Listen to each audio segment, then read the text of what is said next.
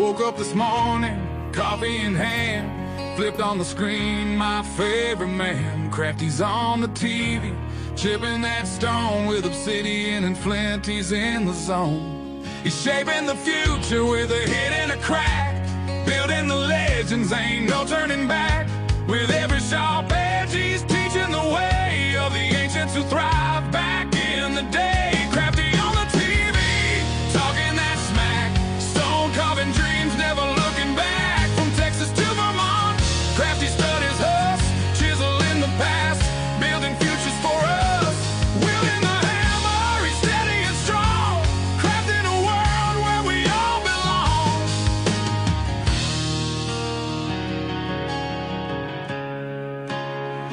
Underneath those layers of dust and grit, finds the magic every little bit. A sculptor of stories, buried in the ground, each piece he uncovers wisdom abound. With every collision, the sparks start to fly. As the old world awakens, we question why. He's digging deeper where the shadows play, reviving old crafts that could fade away. Crafty on the TV, talking that smack, stone carving dreams, never looking back. From Texas to Vermont, Crafty studies us, chiseling the past, building futures for us. Wielding the hammer, he's steady and strong, crafting a world where we all belong. And in this life, we're all just searching for our place in the world, a way to keep working.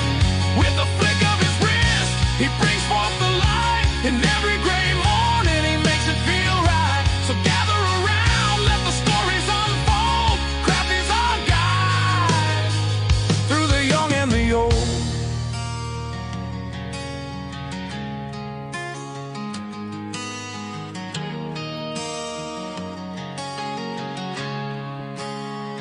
With the sun rising high and the day moving on, Crafty carves dreams till the light is all gone. He's shaping the future one chip at a time. With every creation, he's keeping the rhyme. From the heartland of Texas to the mountains of green, the legacy lives on through the stonework unseen. With every perspective, he's showing the way. Crafty keeps going, come whatever may. Crafty on the TV, talking that smack, stone carving dreams, never looking back. From Texas to Vermont, Crafty studies us, chiseling the past, building futures for us. Wielding the hammer, he's steady and strong, crafting a world where we all belong. So here's to the mornings with coffee in hand and Crafty on the screen, the true heart of the land. With a hit and a crack, he's paving the way through stone and through story. He inspires the day.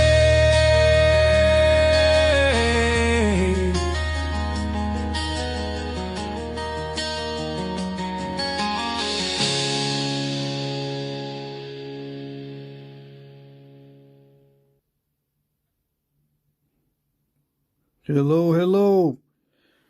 I finally got my theme song back. I had to, adjust my settings. All right, so let's see who we have. Dockenstein is the first one. Jorge Valadez is here. Bobby Estes or Aaron is here. Sup? I'm sending you a package tomorrow. Mr. Jim is here. Jesse, Stoneface, Dockenstein, Sam is here. Let's see, Tommy Taylor, Alan is here. Stoneface, Mr. Jim. I think I've seen these guys already. One-Eyed Dog is here. Alan Young. Let's see. Who else? Got a lot of guys already. 40 people already. Wow. Okay, so let's see. Got some new people. Yep. Somebody thinks that's Nickelback, but it's not Nickelback. The theme music provided by Danny Collins. He with the help of AI, wrote that song for this channel. Get pumped. $1.99 super chat. Thank you. Thank you. Aaron, thank you very much. Let's see. I was moving the kiddo out of the dorm last couple of days, so I missed out. Yeah, I'm going to have a live stream every night now on weeknights. So it'd be hard to miss out in the future. Yeah. Why every night?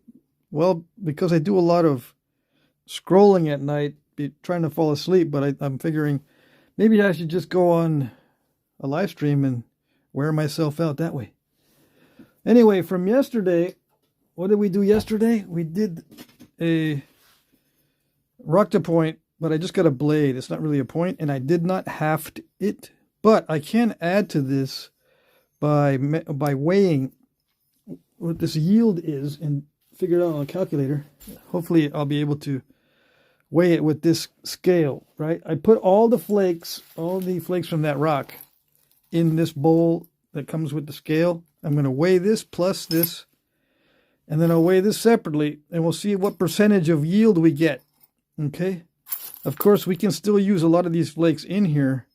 You see just the little ones at the top, but at the bottom there's bigger flakes. But let's just see. I want to do some calculations, okay? All right, so let's see if this will actually do it.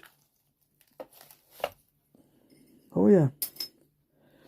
Okay, so it's 3 pounds, 10.9 ounces. I know you can't see it. Let me just, you got to trust me. 10.9. 3 pounds, 10.9 ounces. Let's see what if I can stabilize it. Stabilize. 10.8. 3 pounds, 10.7, 10.9, 10.8. It's fluctuating, but when it's on the floor, it's 10.9 ounces. Okay? So we'll do that, right? Let me write it down because ADHD is a bummer. 3 pounds, 10.9 ounces. Right? Right. And then this by itself, the little point all by itself, this blade all by itself. 2.7 ounces. Yeah. 2.7 ounces. So this is all. This is blade. Okay. And then it started out at 7.5 inches. And what is it now? So you know what your yield is going to be, right? Yeah. 6 1/8.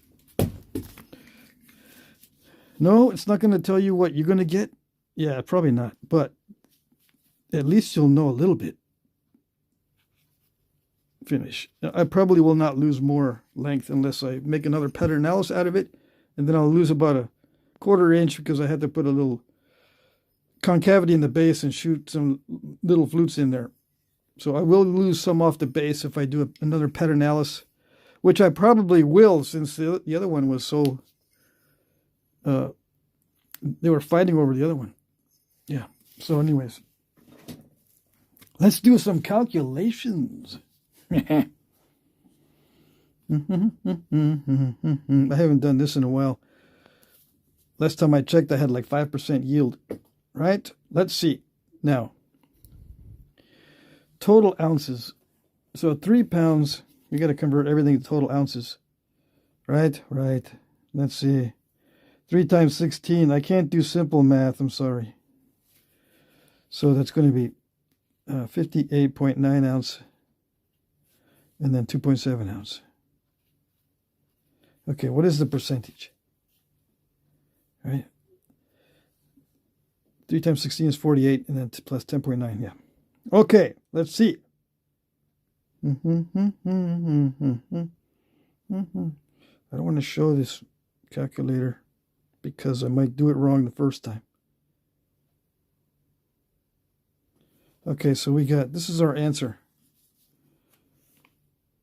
0.046. Because I'm rounding up. Okay? And that times You times it by 100 to get the percent. So it's like 4.6%. 4.6% yield.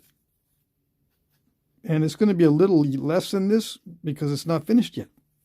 That's the most yield we can get out of this particular piece. As an example. It's going to weigh a little bit less because I'm going to finish it out with some barbs and a stem and a concavity in the base and some little flutes, and it's going to be sharpened and the tip's going to be more pointy. So we're going to lose a little bit, but this is a close estimate. 4.6% yield on the stone. And that's pretty average for what I do. Now I can make little arrowheads out of this stuff in here. Some of this stuff is big enough for arrowheads. But did they do that? Well, back in the archaic period, they did not have arrows. They had little dart points. So maybe you can get some little dart points from this. But most of this debitage was utilized as utilized flakes. What is the most abundant artifact in archaeological sites other than debitage? You guessed it, utilized flakes by a huge margin. Actual points are a very small percentage, both by weight and by occurrence, in archaeological sites. Okay? All right. But yeah, we can estimate maybe 3 more little dart points out of this debitage and maybe get the yield up to like 9%. Double it. Right? Maybe. Anyways. So that's what you're looking at. What am I going to do here? What am I looking for? Oh yeah, I'm looking for the live stream so I can see it. Somebody's giving me super chats. And I'm missing it. Bobby SD's errands. Everybody that does a super chat goes in a drawing for a chance to win a random arrowhead? I don't know. You cannot dictate what I do on my channel because I might not have time. I've got a bunch of other stuff to do. Jesse, $5 super chat, extra live super chat. Yay. Awesome. Thank you. What does that mean, extra live super chat? I'm having one every weeknight now. You didn't know, Jesse? It's not extra, it's on the schedule. Math and napping lessons. Talk about going to school. And no tuition, says Flakesguard.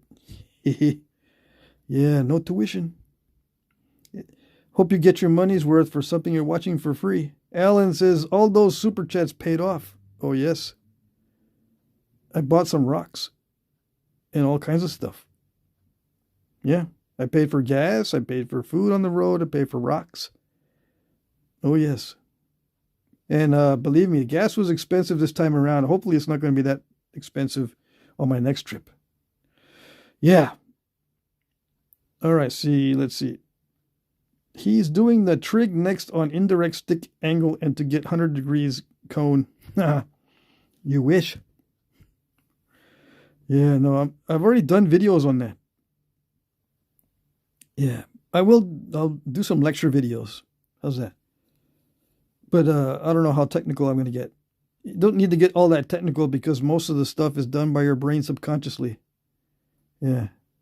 In Flintknapping. And in a lot of sports. You just practice, and your subconscious takes over. And you know how to do it, and you don't even know how you know how to do it. Yeah. And then you try to explain it, and you get it wrong because you're not a physicist. And you're not an expert in fracture mechanics. So you're going to get it wrong. Most guys that do Flintknapping are not engineers who specialize in fracture mechanics. They're not geologists in addition to that, and they're not archaeologists in addition to that. So the combination of Flintknapper,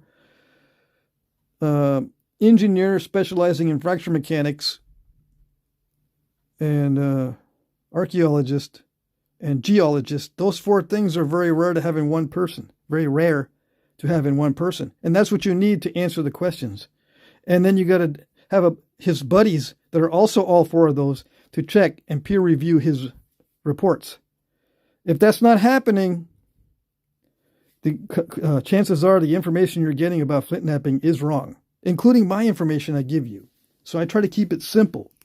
Simple enough so that I'm not making a mistake. Okay? I keep it vague, kind of simple. Because if I start getting into particulars, I'm going to get it wrong. Right? Right. Yeah, but I want particulars anyway. You gotta lie to me. It means if you lie about it, it means you care about me. Because you put in the effort into lying. Yeah. No, it does not mean that. I got a challenge rock. I'm going to do challenges on Tuesdays and Thursdays. Challenge rocks. This one is called Ridge and Valley Chert or Knox Chert. Keith from Tennessee gave this to me. Keith Nudd. Right? Is that what that says? From Tennessee. I'm going to break into this and see if this is actually a nappable thing. It looks okay. Right? But it looks a little grainy. Let's see. I'm going to probably have to double glove. I can't say it. Double glove it. Yeah. I love it. I got to double glove it. Why? Because you never know. If it's really tough and I have to hit it really hard, these flakes sometimes come back toward me and I cut myself. So let's see. Is that a good strategy? Yeah, I suppose. Let's see. Ooh, it's kind of slick, but it's kind of grainy at the same time. Yeah, show us how to do big spalls, bro. Big spalls, bro, please.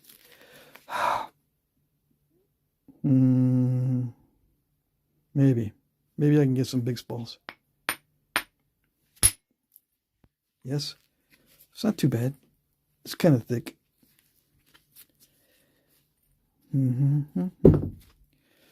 Yeah, it's not really worth it to try to get big spalls off of some of this sometimes. Because it messes up the chance for a big blade. In many cases. It looks kind of grainy. Yeah. So you took a screenshot, right? Because I already forgot what it's called. It's called Knox Chert. It's from Tennessee. I never heard of it. And he says, can you do something with it? And I said, okay, man, I'll try it. Okay. I will try it. Maybe I can do something with it.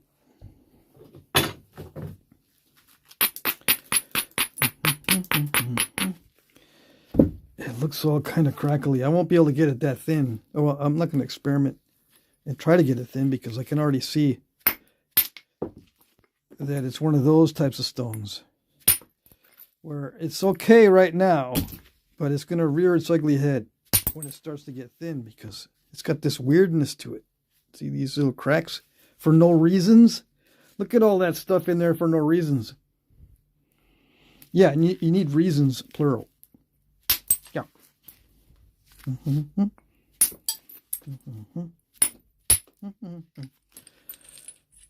Oh, look at that. Why does it do that? It's always doing these Euralier flakes. You know what that means? Anything that has the word Euralier in it is sus. S-U-S. Yeah.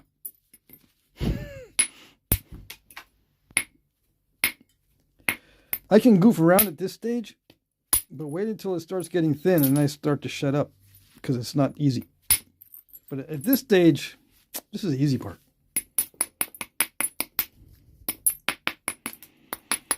Well, let's fast forward it, dude. Come on. Start shutting up already.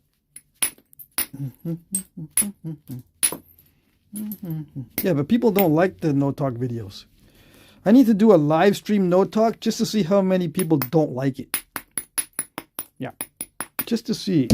I'm curious. Inquiring minds want to know. How many people are actually not going to watch a no talk live stream?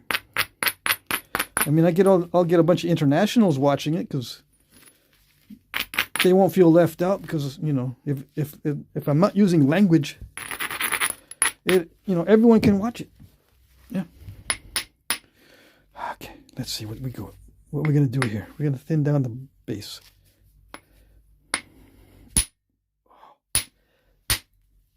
It doesn't like it. I bet you there's a bunch of incipients in there. Yeah. Look at me. I'm all grumpy. You made me mad. Yeah, I'm making it mad. I had to hit that several times. Yeah, it doesn't like it. And luckily there's no incipients that I can see.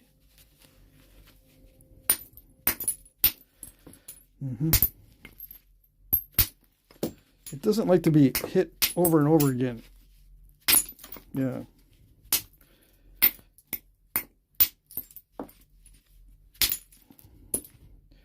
Well, we got the cortex off. Okay, let's see. So is Knox chert a common thing? I'm going to check the chat. Maybe somebody knows. Maybe Keith is watching. And can tell us if it's common. If it's a common chert. But you never know. Sometimes this does not get ugly when it gets thin. I had never napped this before. I don't think. I don't remember stuff like this. Let me check the chat, because we already went through the first stage. This was the easy part, so let's check the chat. The next stage, I don't need to double glove it. Yeah. Okay. What do we got going? You going to Hafting, Mac? Oh yeah, Hafting Knapping is coming up. I forgot to bring my Knapping list. I gotta post a video where all the Knappings are in May. Right? It's still May. I don't even know what month it is. Let's see. How you gonna do a rock puppet with no sound? There's no sound? A rock puppet with no sound. There's no sound? There is sound. Dang it, you had me go in there for a second. I prefer the talking on the live stream, says Bobby Estes. Aaron likes the live stream talking. Yeah. I'm going to Louisville, Kentucky this weekend for my daughter's basketball tournament. Does anyone live up that way that would want to sell me some flint? Yeah, it's all about flint they have around Knoxville. But Middle Tennessee is loaded. Well, interesting texture on that one, but different but cool. Yeah. Tennessee has a lot of different cherts and flints. Wait a second. Sam sent me $2 super chat. Thank you, thank you. There is sound on a no talk live. Yes, it's just I don't do any talking, but you hear all the sounds of everything else. When you peel the huge flake, you're not going to get that every time. Had me cracking up. Yeah. I found some Knox chert a few summers ago, One-Eyed Dog says. I don't find it in Middle Tennessee, though. It's pretty common around Knoxville. Okay.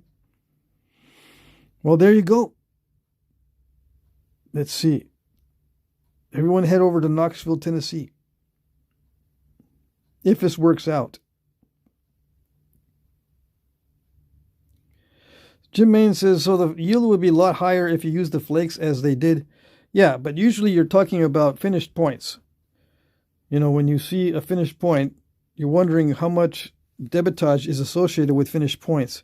Because a lot of times they don't have the finished points on site, but they have all the debitage. So if they have all the debitage, what they do is they screen it all and they weigh it as a big aggregate of debitage. And then they say, okay, how many points do we think were here? Well, let's get a percentage. Let's say they were making blades, like I made. If they were only making this kind of stuff, because they found a few of these, the yield from the debitage is going to be probably like 4.9% or 4.5 as a rough estimate, because sometimes they'll utilize flakes out in the field and they'll lose them and stuff. It won't all be in the camp. But it gives them an idea of how many blades were made at that site, for example. Which can be kind of useful because then they can determine if it's a quarry site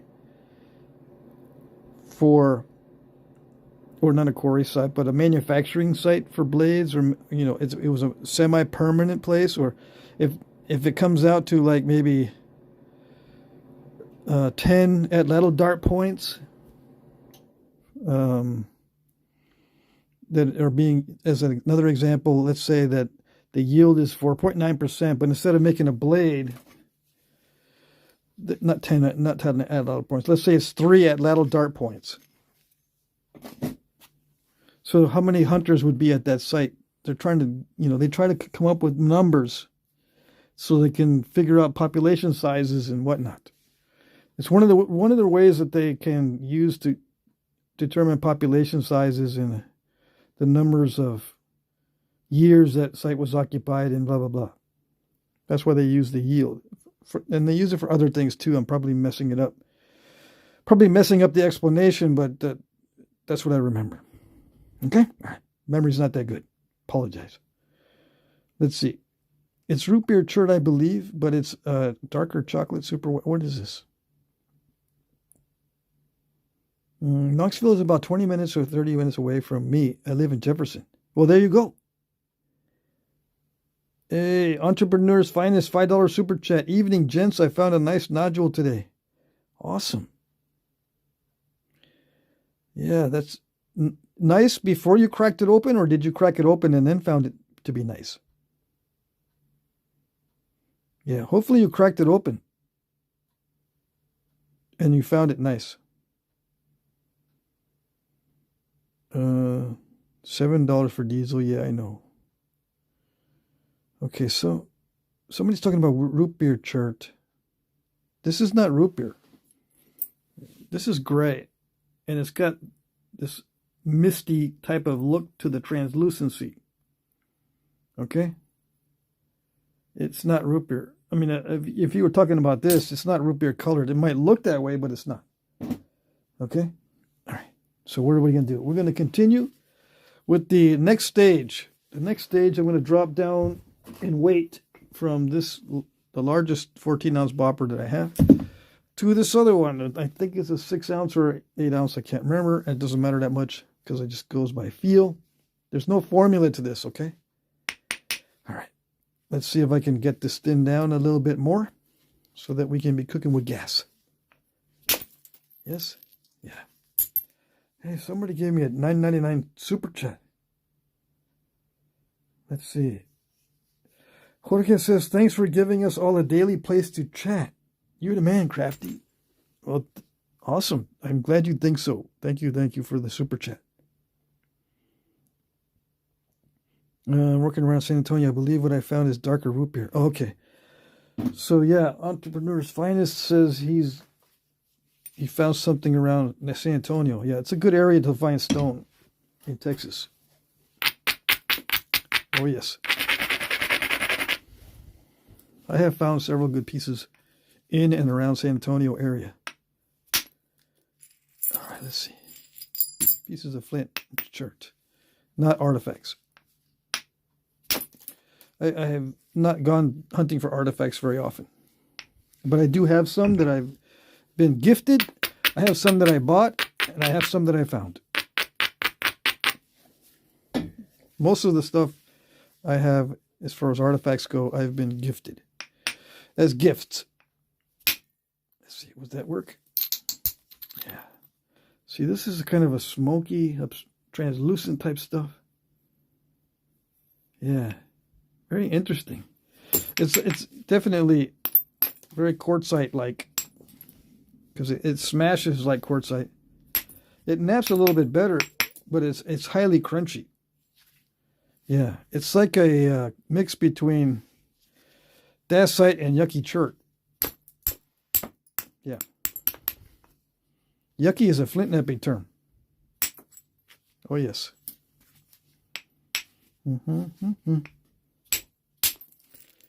It doesn't produce long flakes, which can be a problem. It does produce ripples, which means that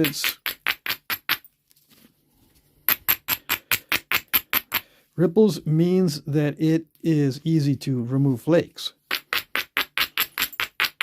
But to drive long flakes, it seems to break up, so it's not that easy to drive long flakes.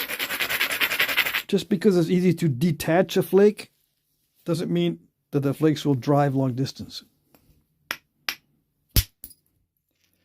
So to drive it long distance, I think I have to dig in dig way in, yeah, to the edge. Really lean into the edge to get a longer flake, which is not possible when it gets thinner, because the edges are thinner when the whole piece gets thinner. Get it? Got it? All right.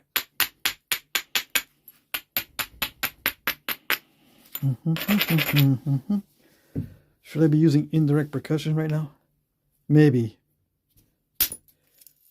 But so far so good. Not necessary. So far so good. So yeah, now that I've shown you that this stuff can be napped, you'll be experts at napping it, right? Or you'll just see the potential. Some people, when they're new, they think, oh, I saw it was being napped, so I'll be able to nap it. Yeah. And I won't waste my time getting some. I won't waste my time going to Knoxville. Well, I wish it was that easy. You could probably find a bunch of this, right? If you look hard enough, take it home and you saw it napped on YouTube and you start trying to nap it and it doesn't work. Yeah, that's the story of my life. People will come up to me and says, you know, I tried that stuff and I couldn't do nothing with it. I had to go back to obsidian and glass. Yeah. I found a ton of it. I don't know what to do with it. Sell it. Sell it to desperados. There's a lot of desperados on YouTube and in the Flintknapping community that will buy even bad stuff. Because that's, you know, they'd rather have that, as long as you sell it for cheap. They'd rather have bad, cheap stuff than nothing at all. Or bottle bottoms. Yeah, they start to get sick of bottle bottoms. They're sitting there jonesing for anything.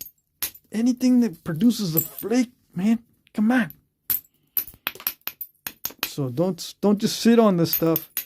Bring it to a napping and say, I found a bunch of this, guys, and I can't do nothing with it. Maybe someone else can do something with it. It's Knoxville chert. And they'll go, yeah. Yeah, yeah, yeah, yeah. Like the chicken hawk. Yeah, yeah, yeah, yeah. Yeah. That's what they do.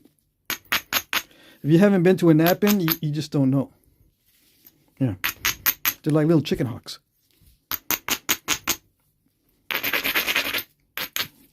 The young people don't know what I'm talking about. I don't get very many young people watching my live streams. So it doesn't matter.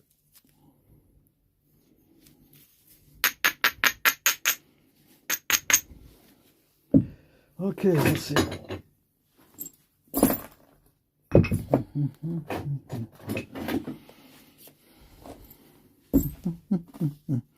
The cartoon characters, Leghorn, Bighorn, something like that. Something like that. He's a big old chicken. Little chicken hawk came wandering into the chicken yard looking for chickens. Or was it something else? Maybe it was a weasel that did that. Yeah. I don't know. Maybe it wasn't the chicken hawk that said that. Now I'm worried. I'm losing my memories. My childhood memories are not clear.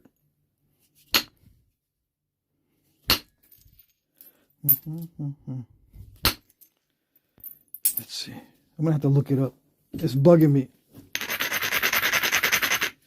I'm going to have to look that up on the live stream. That'll be funny. What is he talking about? What is he talking about? Nothing. I'm not talking about nothing.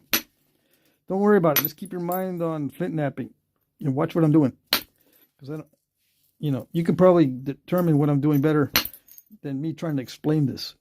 Because I don't know how I'm doing it. No, it's amazingly marvelous the way the brain takes over and does it. Unless I'm just weird and no one else is like that. I'm not sure how this is getting done.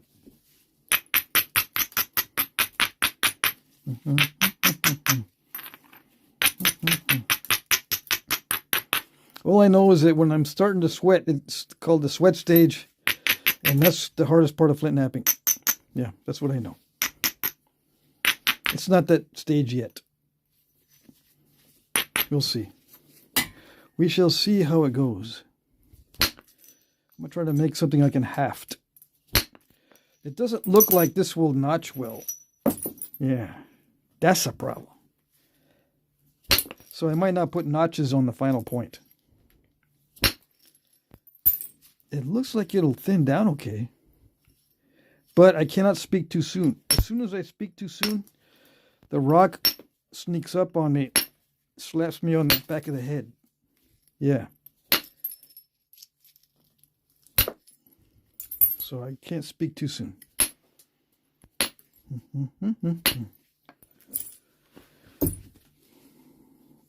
Tommy Anderson is here. Someone, where's our moderators? Is someone assaulting Tommy Anderson? Hey, Blunt Axe is here. Hey, who else did I miss? Duck, Foghorn Leghorn. Okay, yeah, that's it. Foghorn Leghorn. Dang, what did I say? I'm telling you, my childhood memories are all messed up now. I'm getting old. And what was that character that was saying, yeah. He wants the chickens. He wants the chickens. That's the new guys when they want the flint and chert at the nap-ins and looking at the flakes on the floor. Let me see if I can find it. I need to take a break, okay? Because if I nap straight through, I'll end up breaking this thing. That's my excuse. Let me see.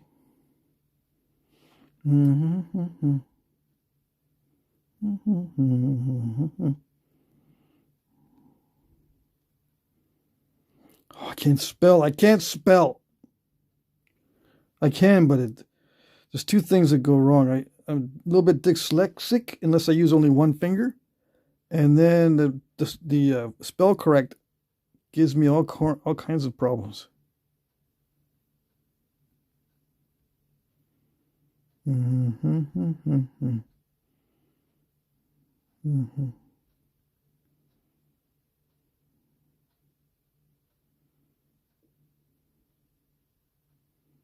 Let's see. Is it this one?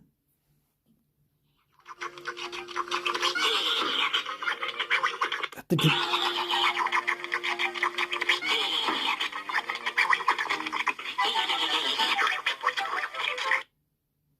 That's it. That's it. I knew it. It's the weasel that does that.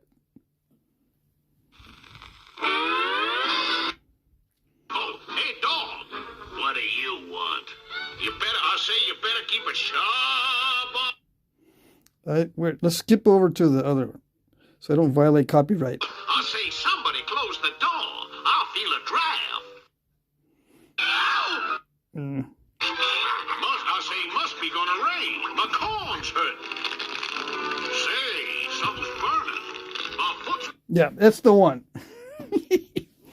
Yes. I gotta watch it again. Now that I've found it. Tommy Anderson, he says he tuned in at the perfect time. Yes. And I showed that clip as it's just a review. I hope I don't get a copyright strike. Anyway, I couldn't resist. Yeah, I think if I don't monetize this one, I won't run into problems. Yeah, so I just won't monetize this one. It's not like I make a ton of money on these anyway from monetization. The money comes in from the super chats. Yeah. That's what makes it worth it. All right, so yeah. I got another trip coming up soon, so I'm gonna start saving my pennies. So it doesn't look too bad, this material.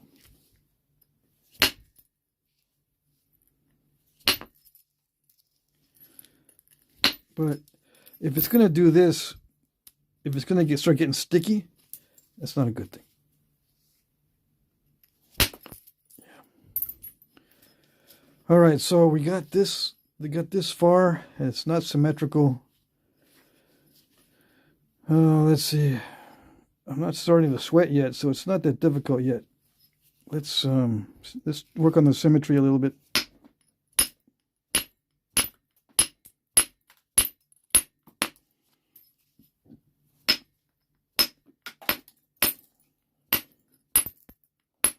I can do this with a bopper too, but it's not as accurate, so I end up making mistakes when I use the bopper to trim it like this.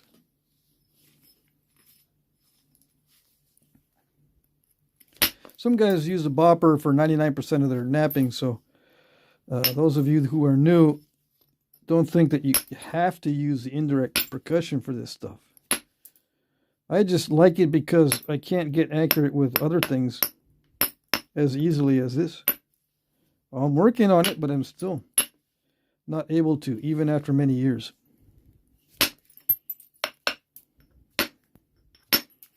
Yeah. So the damage control is not too bad. But yeah, I can't speak too soon. It looks like it's going to be a little bit flakery.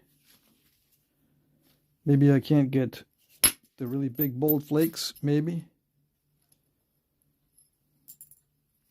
But maybe I can. They're just going to look kind of they're going to look kind of crunchy. Even with big bold flakes, they're not going to be smooth. They're not smooth flakes because there's weirdness in the material. See that? It's got a little divot right there with that little material, whatever that is. What is it? You can't see.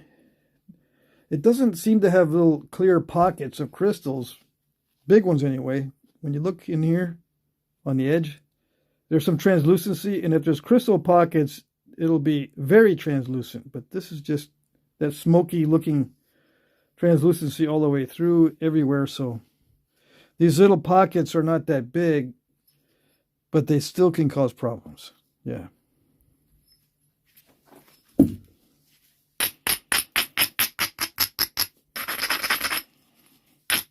Yeah, a long way. Let's see. A long explanation for something that can be explained in 2 words. Yeah.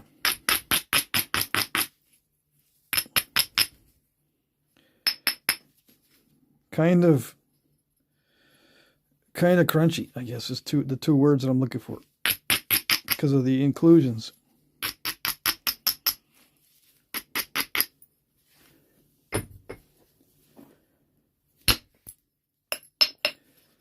Come on. And the flakes are sticky, so that they don't want to detach easily. Is that a problem? Yeah, it can be a problem sometimes, because then sticky flakes lead to step fracturing.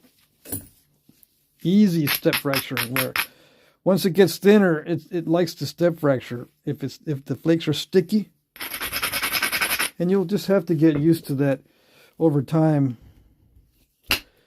Used to these designations that I use. Get used to what I use for these terms like stickiness. You'll just know after a while what I mean. If the flakes don't like to, detach completely, I call it sticky. Okay? All right. I'm evaluating this challenge rock. Otherwise, I don't normally say all that much about the stone. A lot of times it won't help you anyway because the stuff you get might be different. Even though it looks the same and is called the same, found in the same area, it may not nap the same. Okay? Just in case you don't know.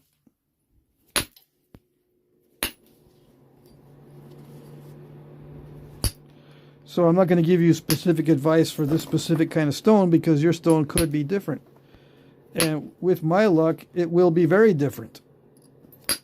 Yeah. I could have gotten the most primo stone ever, or I could have got a really bad one. When it comes to this Knox chert, I don't know, because I haven't napped this type of chert before. How am I able to nap it if I've never napped it before? Yeah, how can you nap it when you got Vuja Day? Vuja day means none of this has ever happened before. Yeah. I can still nap it even if I get Vuja day. One of George Carlin's jokes. Yeah. Somehow, some way, none of this has ever happened before. And yet I'm doing it. I've never napped it before, but yet I can nap it. It's weird, yes. Actually, that's not too bad. All right, let's keep it up. Let's try to keep this up. Yeah.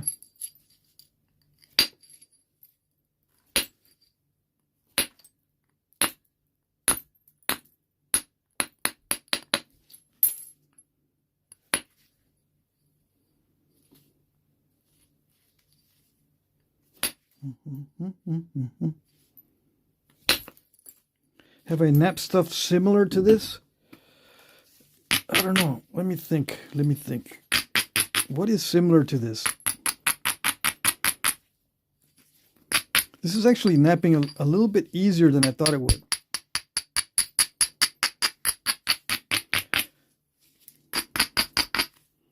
I'm starting to get nervous though because it could snap in half. Yeah. I don't know how snap in half-ish it is.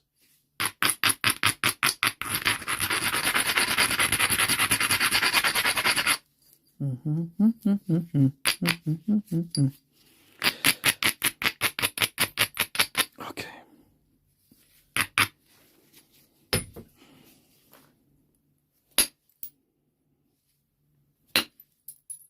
Yeah, it looks like I can do the damage control.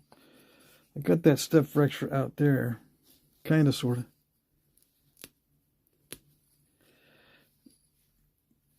It looks like it's going well. Yeah.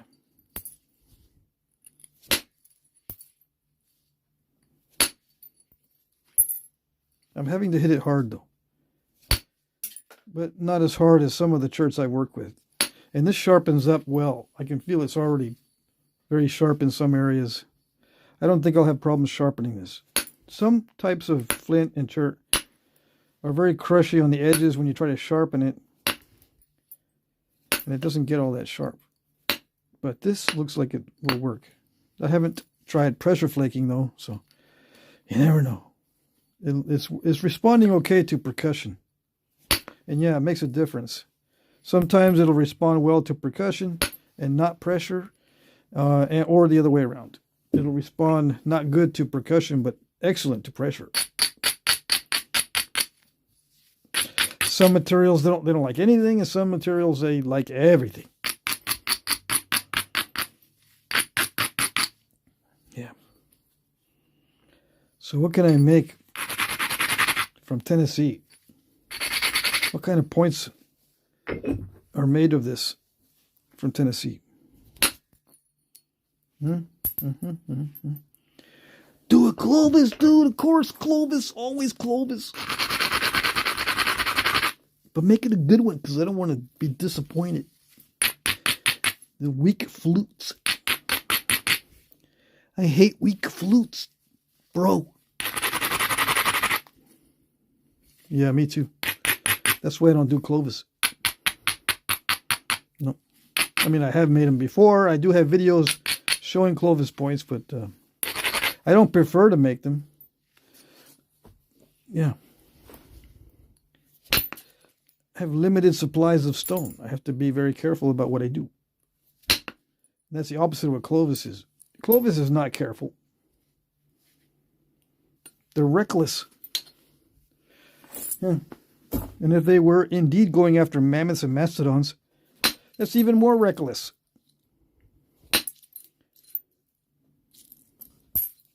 Those things will stomp you into oblivion without even thinking about it.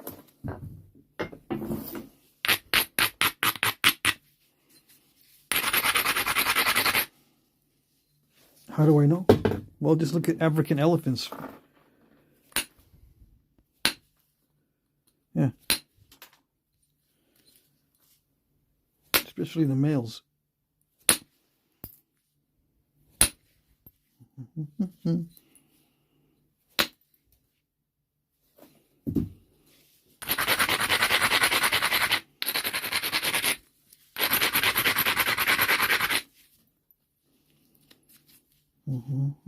So I don't know. Maybe they were reckless, the Clovis guys. I don't know. Maybe that's why they died out so soon. Who knows? But I think it's not the peoples that brought Clovis. I think Clovis wandered around on its own as just a technology that became a meme that many cultures tried to adopt. And they tried it out. Yeah. So in my opinion, Clovis is a technological meme that spread as a technology and not as a people's, or not as a people. Okay? All right. Uh-oh, this getting a little unbalanced. Yeah, I need to work from the tip down. I'm getting too excited here.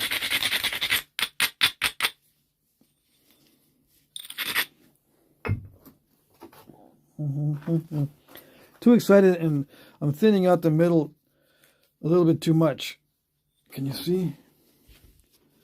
I'm developing this bad habit of right in this upper half, making it too wonky instead of, proceeding more carefully. I'm developing a bad habit of leaving a little bit too much on the tip. Yeah, because I'm trying to chase thinness in the middle. So I've got to refocus up here. Yeah.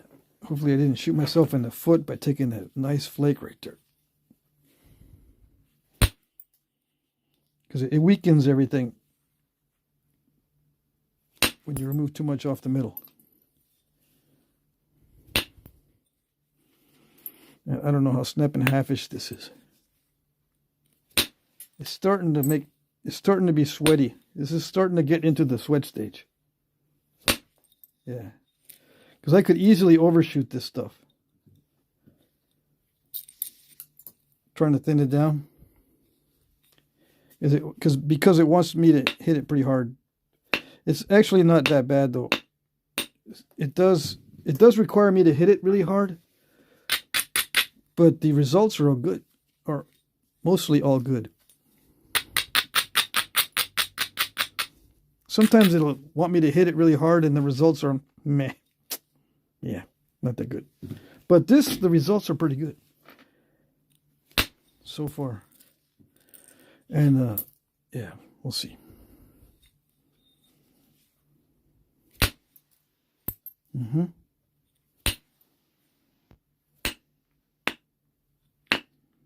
I was reviewing my last video, my last live stream, and I was saying to myself, I need to not try to speak so fast, slow down, and be more aware of what I'm doing. The problem with that is, if I think about this too much, slow down and try to figure out what I'm doing, it messes up the napping. Yeah.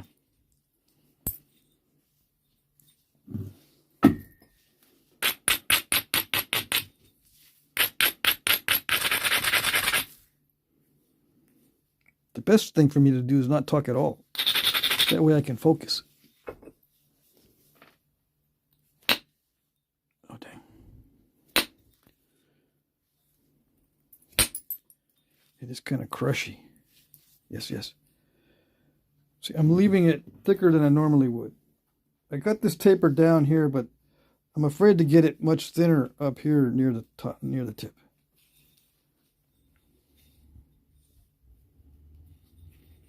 But it's pretty good stuff. Yeah, I have to admit, it's not bad.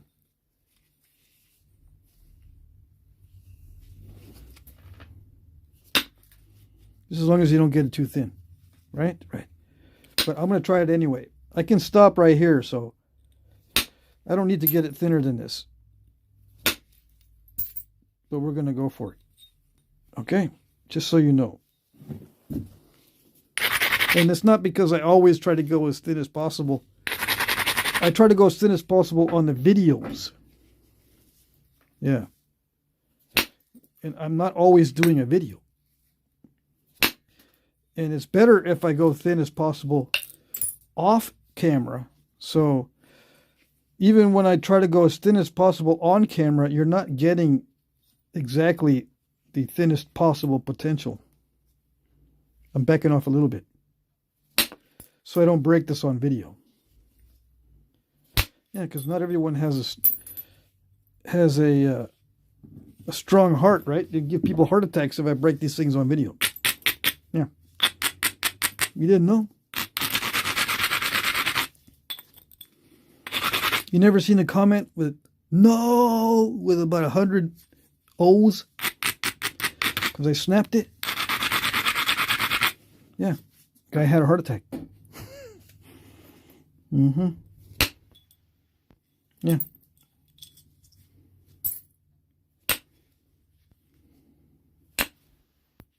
It's a Flintknapping term. It's a special kind of heart attack.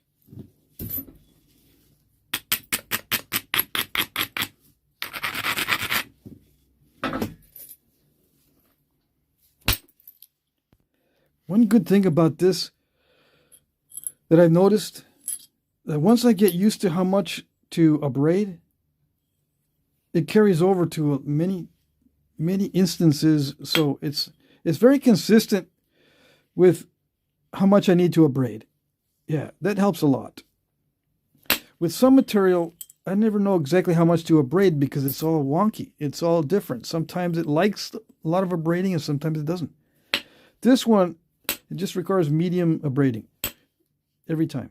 Just medium amounts of abrading. That's it. No, nothing special. Nothing really weird. Like sometimes it needs it abraded at a certain angle. Yeah, sometimes you can't just abrade it straight. Sometimes you have to abrade it at an angle like this when you're hitting it, like at a 45. Sometimes like a 60-degree angle grinding. Sometimes a flat works fine. This one, the flat works fine and not too much, so it's actually pretty good. And it might be because it abrades well. That might be it. Some stones don't abrade well at all. It takes forever to get the edge dull. Maybe this is just easy to abrade. But anyways, it's consistent in the abrading department. Anyways, yeah, as part of Flintknapping, abrading is part of it. It's not just the flaking. Yeah.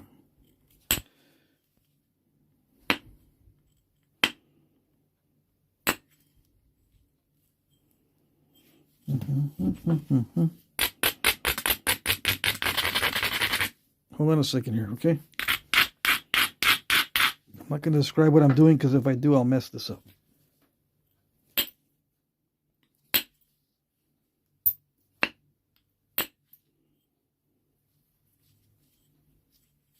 Or there's a higher potential of messing it up if I explain what I'm doing. I want to try to get this thin as possible without breaking it on video.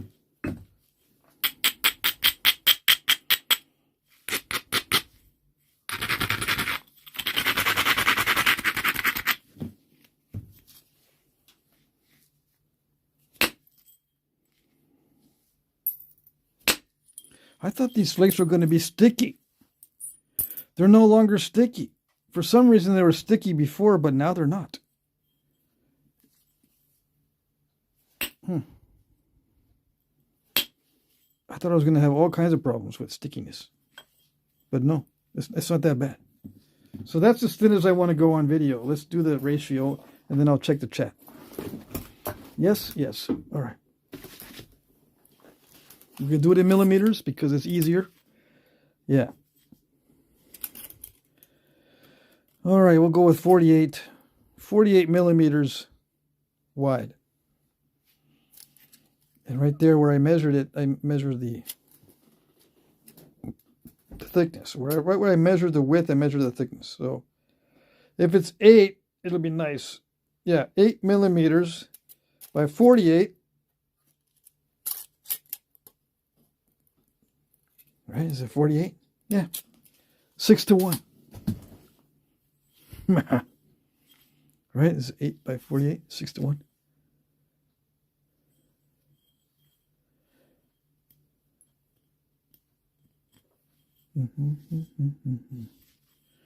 I can't do math tonight.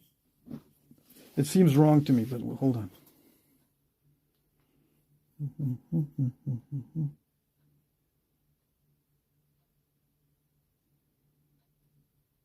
Yeah.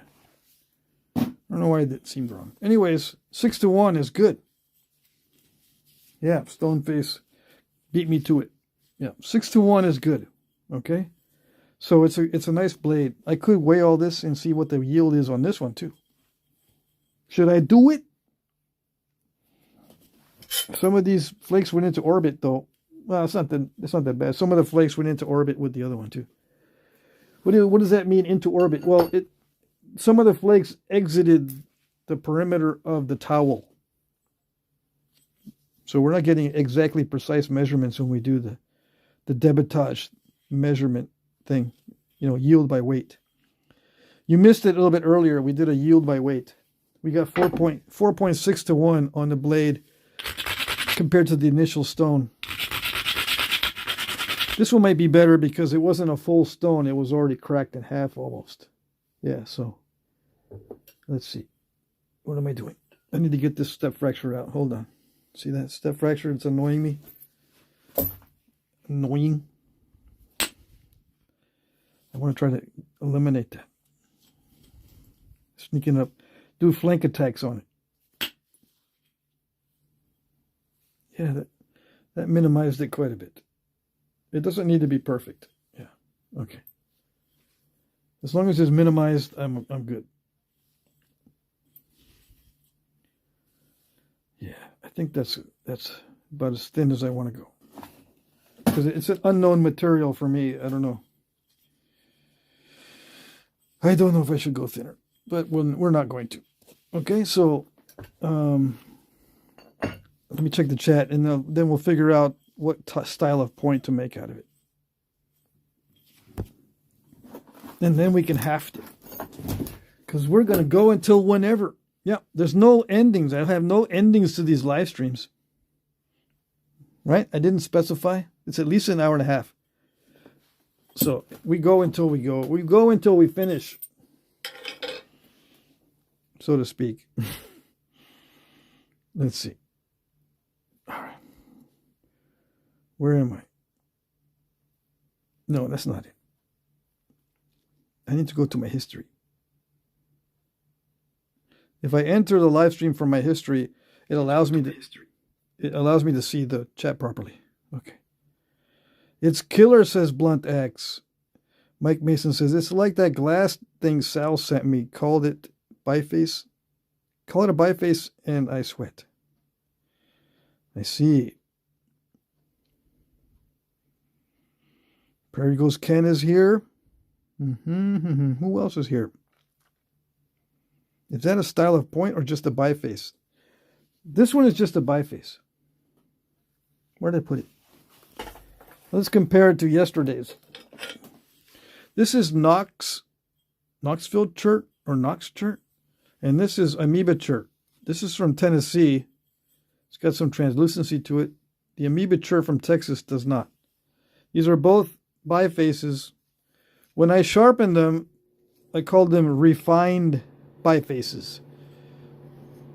If it has at least a preliminary sharpening, there's the preliminary sharpening and then there's a final sharpening. If it has preliminary sharpening, I call it a refined. If it has the secondary or final sharpening, it's a finished point.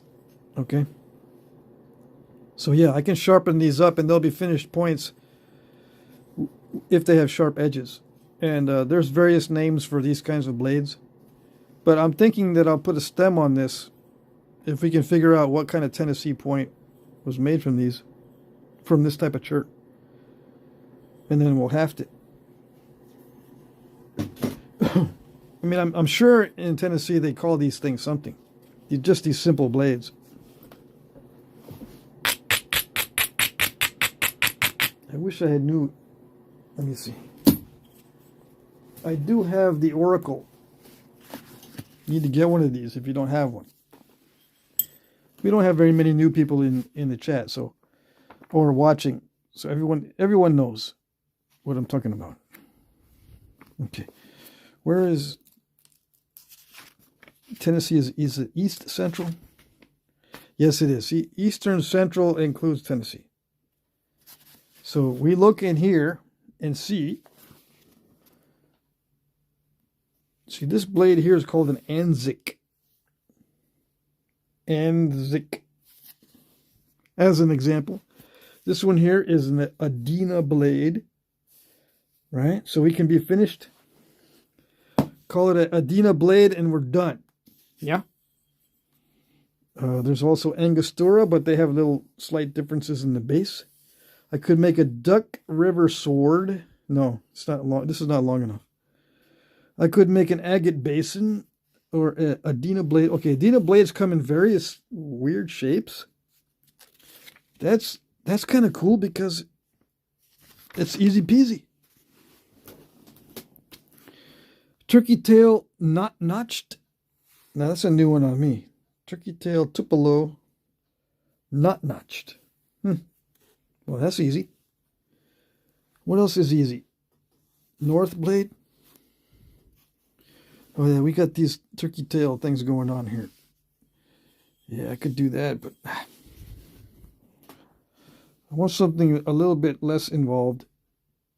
Because then I have to remove it too much off the base to do a turkey tail. Hey, there's a Tennessee saw. Look at that. That's interesting. Dude, bro, just make something, bro. Come on. I'm not going to come on. I'm looking. Okay? Leave me alone. Teardrop. Yeah, let's make a teardrop. Man, I better not be hitting the camera because the lenses are there. I crack the lens covers on my phone cameras all the time. Funny how that works, huh? Well, this is an Adina blade right now. Yeah. Not much to do to make an Adina blade. I just sharpen it up. Let's just look in here for the actual sizes, see if they have an actual size. Yeah, Adina. These are Adinas. And they've got stems on some of these. Okay, the Adinas have stems. The Adina blades do not have stems. Also see Copina, North, Teardrop, and Tennessee River. Okay. Let's see. A large size, thin, broad to narrow, ovate blade with a rounded to pointed base. Blade edge work can be very fine, usually found in caches. Oh, these are cached blades? That's interesting. Usually. That means they're on their way to be stemmed. That's what that means usually. If it's a cached situation, that means they're probably going to be stemmed later on. They're not finished yet. Probably going to be one of these. All right. Okay, so what are we going to do? I don't know. I don't know yet. Let's check the chat.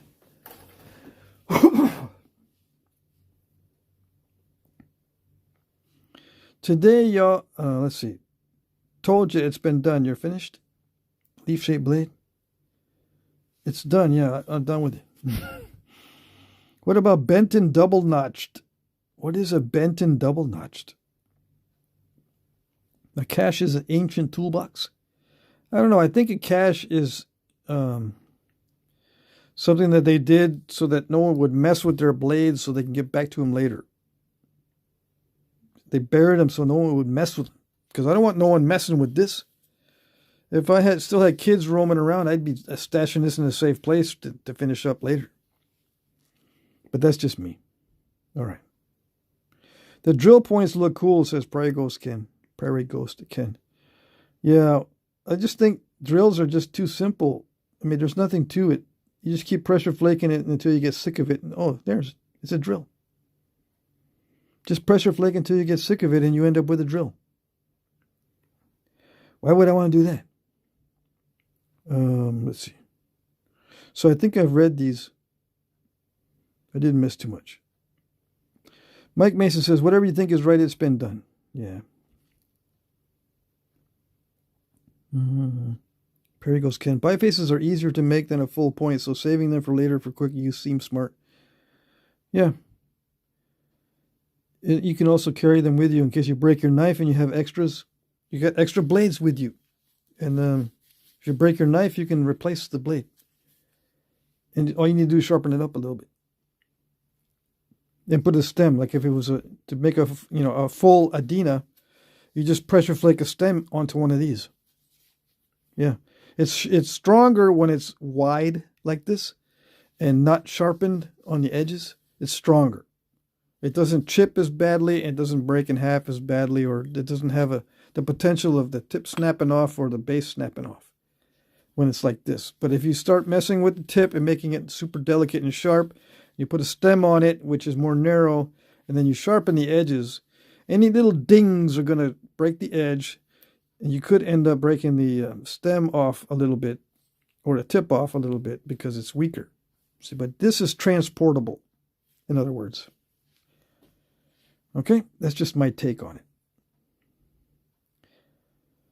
it. Prairie Ghost Ken says, have you ever made a trifacial point? Yes, you just look up Jack Crafty 3-sided point. 3-sided. I call it a 3-sided. I have it on video. Flank's card. It's like wrestling a bear. You don't need to get... You don't get to quit when you're tired. You gotta go till he's tuckered out. I see. Flintnapping can be that way. Yes. Let's see. What did I miss? Bifaces. Okay. I don't know your name. Toby? Stone Age is ended. The most you need is a weapon and items, etc. Okay. If you go back to a weapon storage for current use, you must modernize the tool you stored and make it regular. If you go back to a weapon storage for current use. I don't know what that means. North Plains section, Plains knife. Oh, yeah. Let's see. Well, let me just make it symmetrical, and I'll put a stem on it. I'll put an Adina stem on it. Yeah, how's that?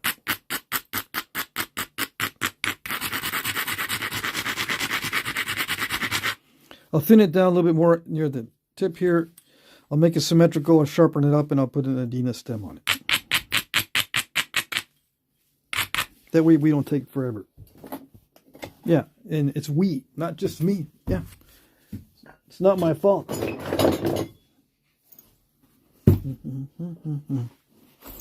Yeah. All right, so here we go. These live streams are not all my fault. No.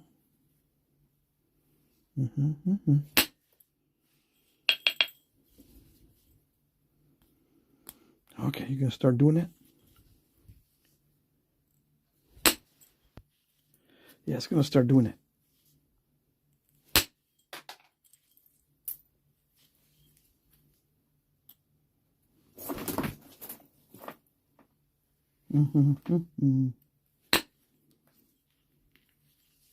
I would put music on in the background, but I get copyright strikes.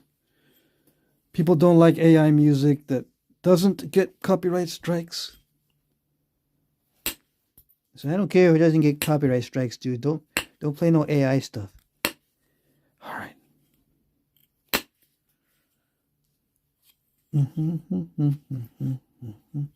If I play good stuff, I get a copyright strike.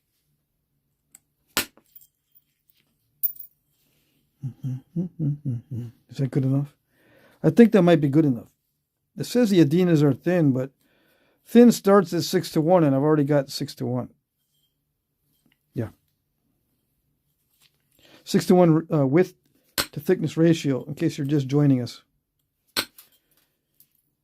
You don't know what that 6:1 means. I measured the ratio earlier on the width to thickness. Width to thickness. The width number is first. So it's 6 times as wide as it is thick right now. And that's what I consider thin. The beginning of thin. If it's 5-to-1 or 4-to-1, it's about average. It's not quite thin. Thin starts at 6-to-1, in my view, right? Maybe a lot of people's view, but we don't go by consensus here on this channel.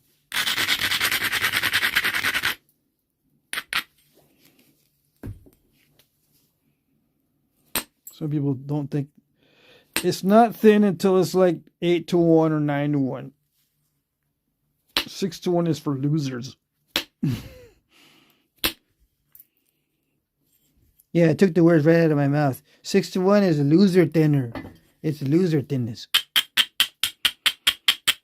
Yeah, I suppose.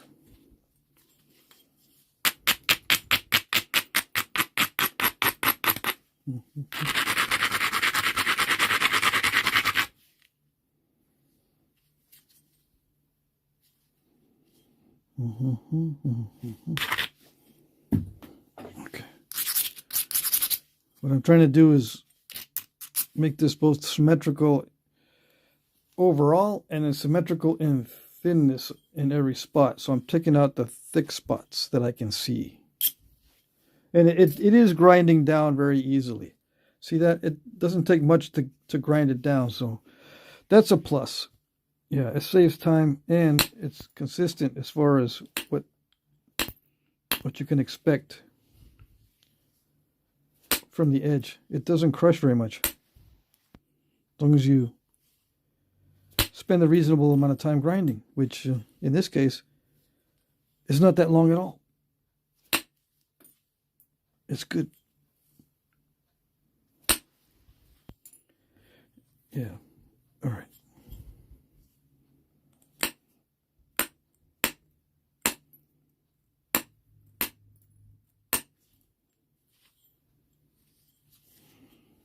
Okay, so the Adina blades, they do look pressure flaked around the edges.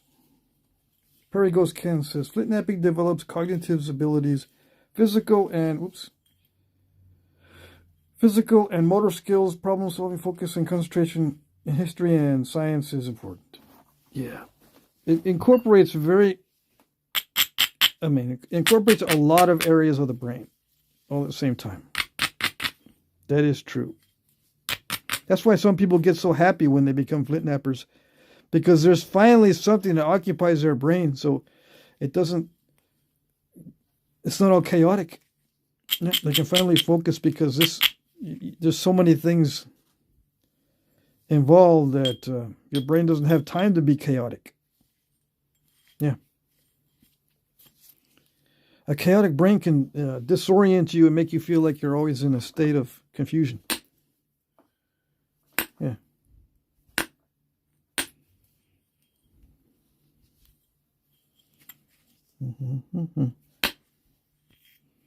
All right, so I was just looking at the pictures in the book, and these Adina bases look like they're pressure flaked.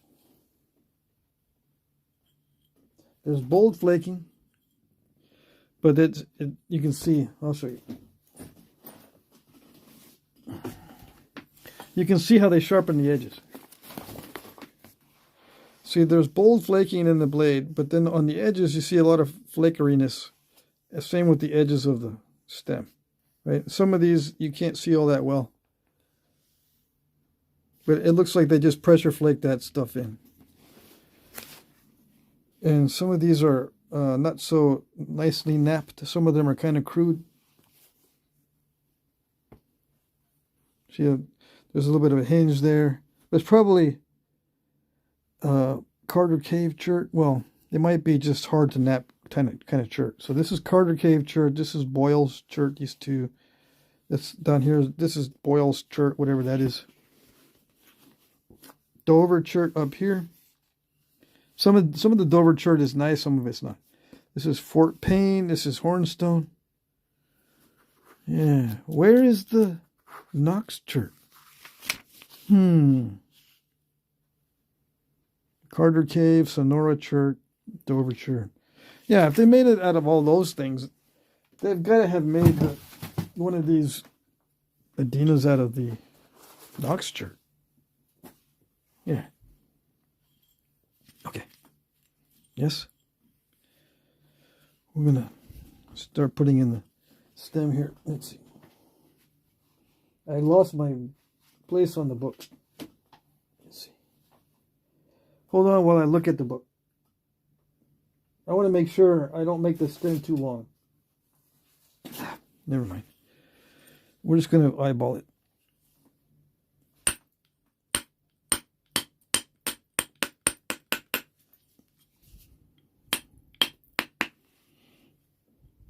I was going to put this over the top of the picture to copy one of the artifacts. I usually use a template if I want to make something to spec, or I use the book if I want to make a duplicate, and I just place the point over the full-size item in the book. Yeah. And I'll make a duplicate of the artifact with all the step fractures and hinges and stuff. And I'll display it as a reproduction, and people will go, "You made that?" Yeah, I made it. Dang it. What's dang it? Oh, nothing. Don't worry about it.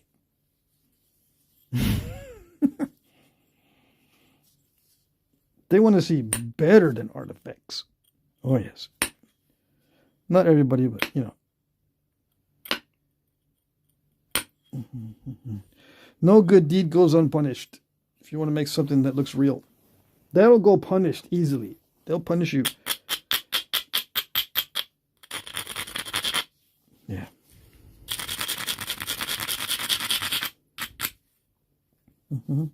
It's getting there. Yes, yeah. Got the general shape.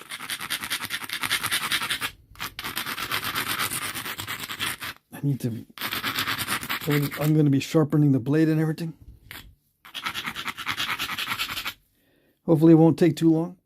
This live stream is just going to go till whenever we finish. How am I going to haft this? With lots of sinew for sure. Yeah.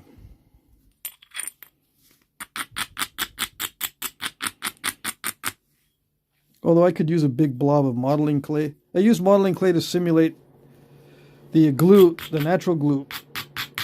I can just use a big blob of modeling clay. Yeah, to glue this onto a handle, instead of using a lot of sinew. And I'm wondering if some of the wrapping goes up on the blade. At least a little bit up on the blade. I'm wondering. Maybe not. It's kind of wide.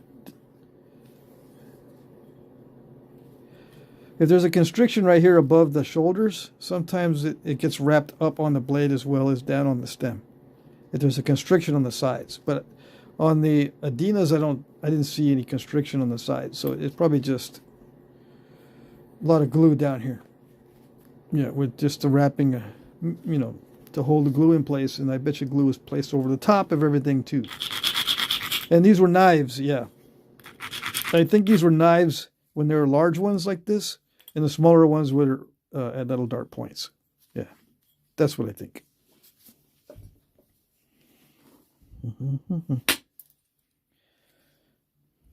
I'm letting you know that's what I think because I haven't done research on these. So I qualify it. That's just what I'm thinking. I'm not telling you what the research is because I haven't read up on these.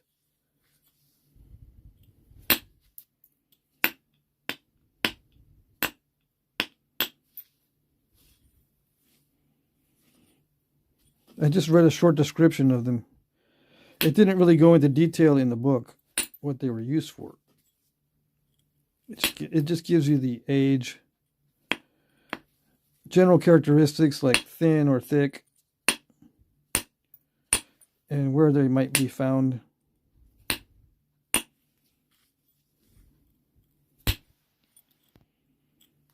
Pretty sure I can do the whole thing just with percussion and not use any pressure on the base, on the stem. I do have to use pressure flaking on the blade to sharpen it, because it just works better to use pressure flaking for sharpening.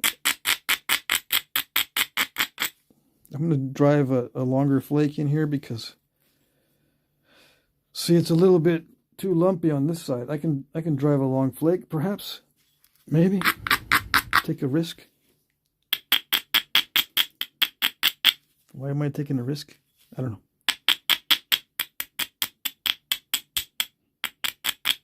It hasn't broken yet. Might as well try to break the whole thing.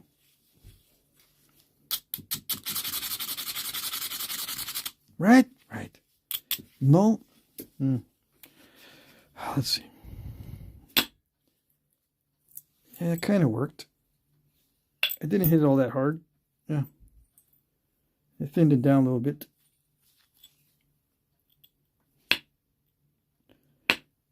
It may not have, the real ones may not be thin down here. So I'm kind of guessing.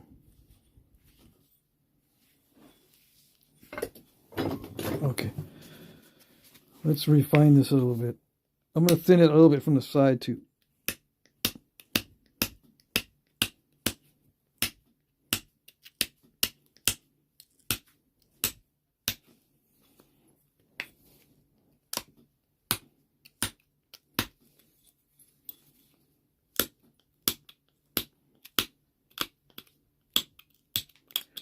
And from what I remember on the pictures, these barbs are not sharp. They're just shoulders rather than pointy barbs.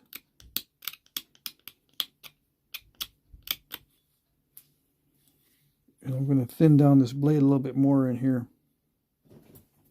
See how it's lumpy right there? Just a little bit. I'm going to drive in some flakes from these corners.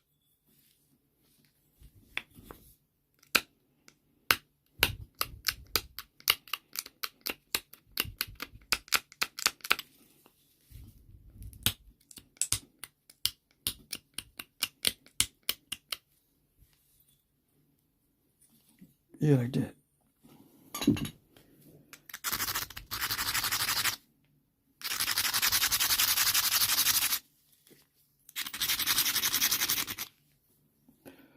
Let's see.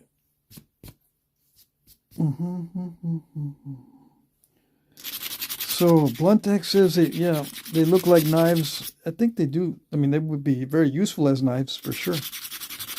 They look like knives to me. Yes, yes. Okay. And Blunt X has actually found some of these real ones.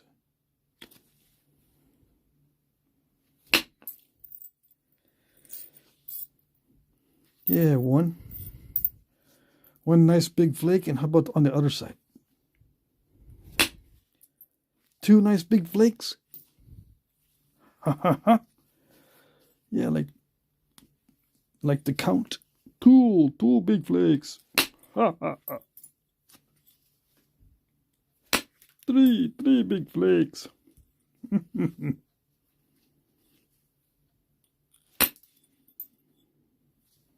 Yes. Like that. See? So it's more symmetrical. Yeah. All right.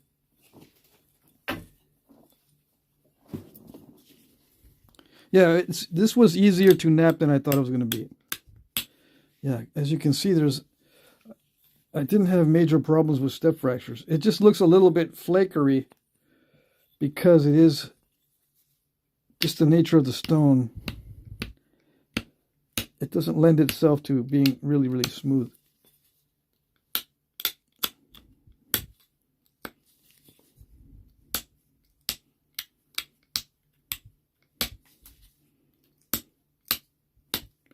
So I'm just going to finish shaping the stem here, and then I'll sharpen the blade with just a simple pass all the way around. I'm not sure if these were beveled or not. I didn't see a bevel on these in the pictures.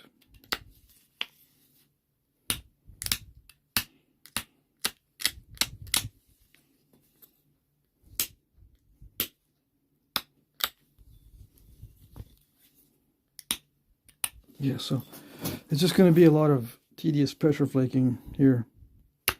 I'll try to go fast on this. The secret, if you want to know about pressure flaking and to sharpen these edges, you just got to put the flakes close together so that they overlap slightly and you don't get dull spots in between. Because I just ground this down to make it stronger so I can push off flakes. And you just need to make these flakes overlap slightly, or maybe even just barely overlapping, so that you don't have dull spots in between.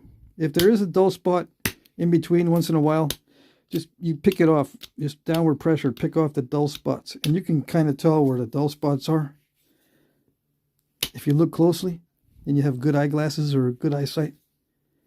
If you're getting old like me, I have a hard time seeing the dull spots without my glasses. Even with the glasses, they get dust on them. Yeah, see, they're dusty. So let me switch glasses if I can find my other ones. Or maybe these are worse. These are probably worse. From time to time, I need to buy new ones. Yeah, look at that. These are even worse. I need to buy new ones because when I clean them off, the rock dust scratches the plastic. But let me see. Maybe it's good. Yeah, it's not too bad.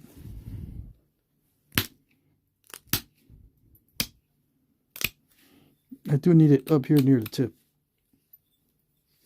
I need to be able to see better.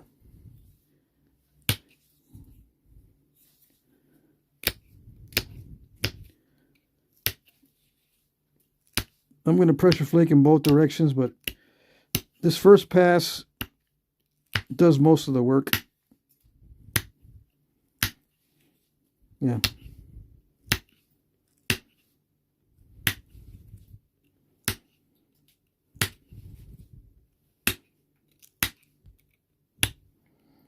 It's a little bit crunchy and powdery when you try to sharpen it.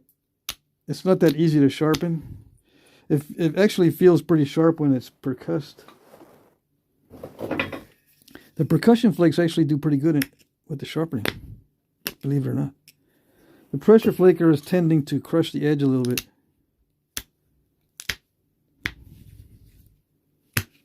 Let's see. Yeah, if you're very aggressive with the pressure, it works better. Yeah. But that means you just got to dig in. Just picking at it little by little, you get crushing like that. So I don't recommend picking at it just little by little. I recommend setting up for these big, relatively large pressure flake removals instead of little flake pickings.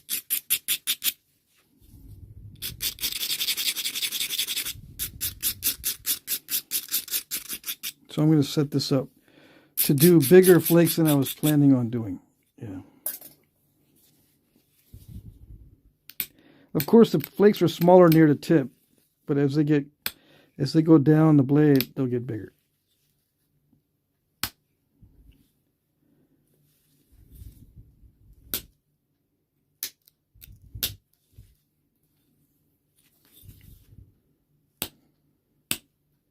That one sounded like a step fracture. Yeah, sure enough. Step fracture on that one. The little flakes don't do very well.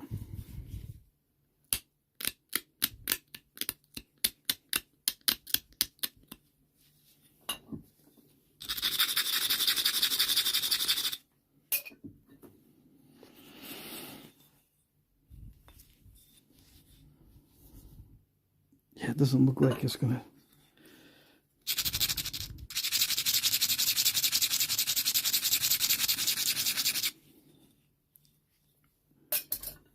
I got to grind it down a lot to make sure I can push off a nice big flake.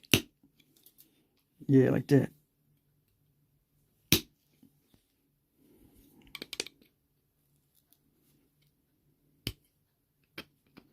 There's a little step fracture in there.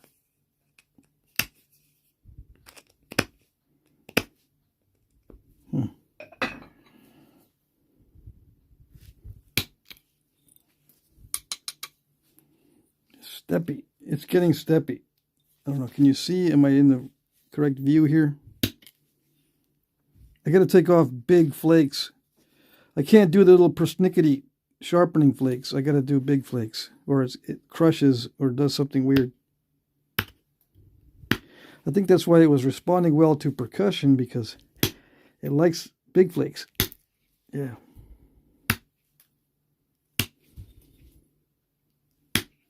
It doesn't like the little persnickety flakes.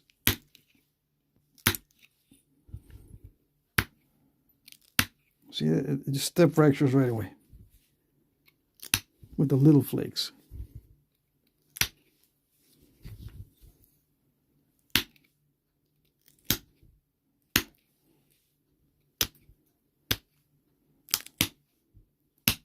Some of you might not know that you got to adapt yourself to the type of material when you're sharpening. Some people might not know that. So there's no set rule for sharpening.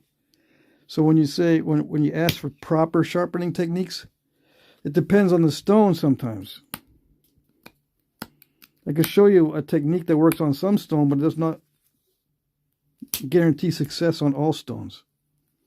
Like this one here, I need to really drive these flakes. I can't be just picking at it really delicately because it crushes.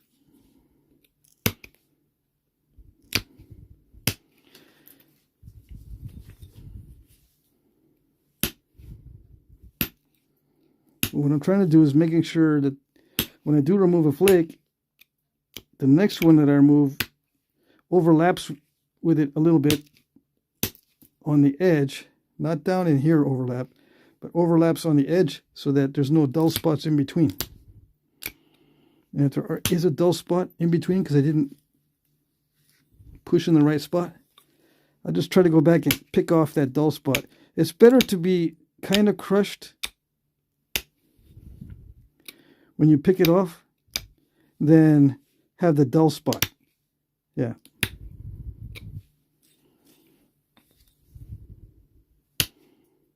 So even if you're not that good at sharpening and you get a bunch of crushing, it's still better than having those abraded dull spots. Until you get used to knowing just how much you can push on the edge without crushing it and how much to abrade. You gotta hit that sweet zone. Sometimes you might need to sharpen the pressure flaker. Sometimes you might need to dull the pressure flaker.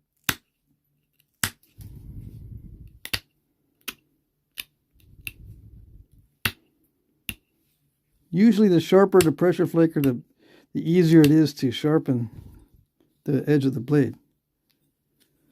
But not always.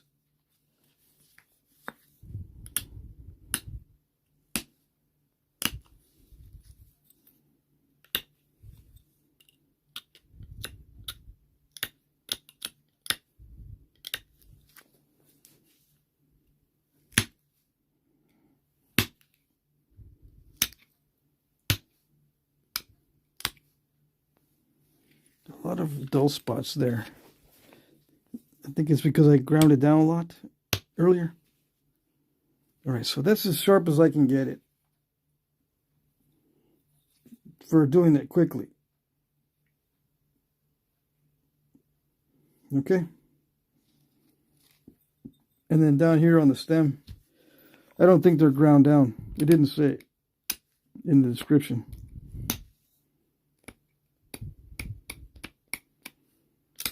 I did not look at the age. I don't remember if they're early archaic or late archaic or something like that.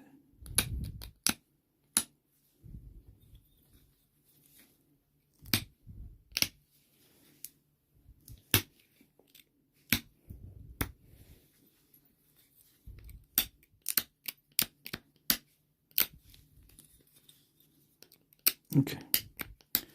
So what kind of handle do I have? I don't know. Let's clean up a little bit. I got a box of handles and foreshafts, but let me clean up a little bit.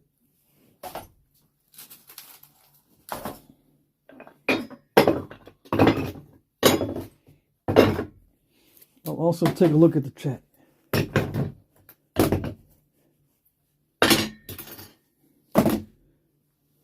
Are we doing okay on the sound? Let's see.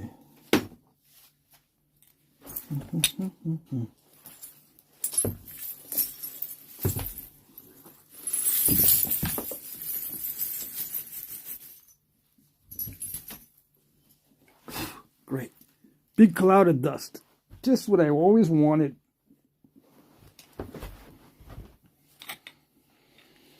All right, so that's what it is. It's in Adina. Now,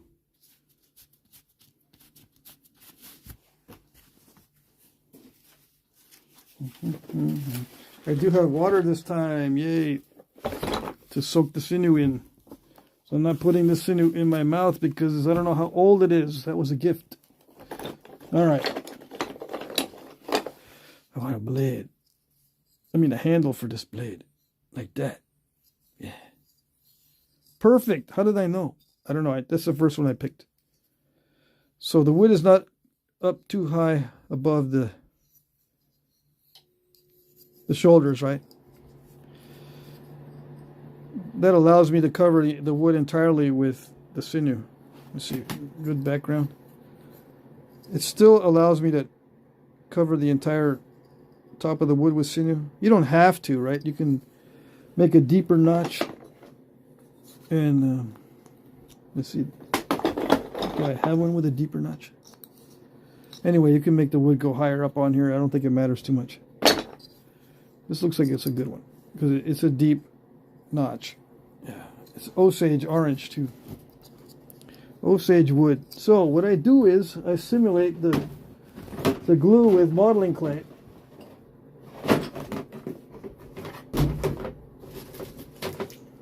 Because I need to disassemble so I can sell these blades in the auction. So I just use black modeling clay to demonstrate. Okay. All right. Yes, yes. Good, good. Maybe not good, but yeah. As close as I can get to the real thing.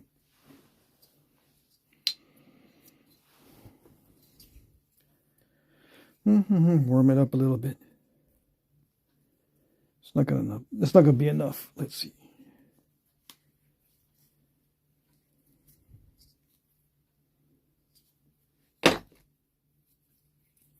Yeah, like that. I was going to check the chat, wasn't I? Let's check the chat while this warms up. While the modeling clay warms up. Looks like an authentic one. Sweet. Thank you, thank you. Someone's late. Ross is late? Oh, no. Bill Taylor, hello, hello, everybody. A little late, but I made it. Yes, you made it. Are you going to Flint Ridge Knapping? Asks Andrew. No, I'm not going to Flint Ridge Knapping, if you're asking me. I'm done for the spring and summer. I don't go anywhere else after I go to the Brady Knapping and the Tennessee Knapping. I don't go anywhere else. Except I'm going back to Taos at the end of June. I'll announce that Knapping soon. There's a Taos Knapping, first ever at the Taos Pueblo. June 19th through 21st. I think those are the dates. But I'll post the exact dates and a map and all that, and the address. This week on that Knapping. But I'm flying into that one, so I'm not driving. I can't stop along the way. So I'm flying into that one. And then I'm not going anywhere until the fall at the earliest. Yeah.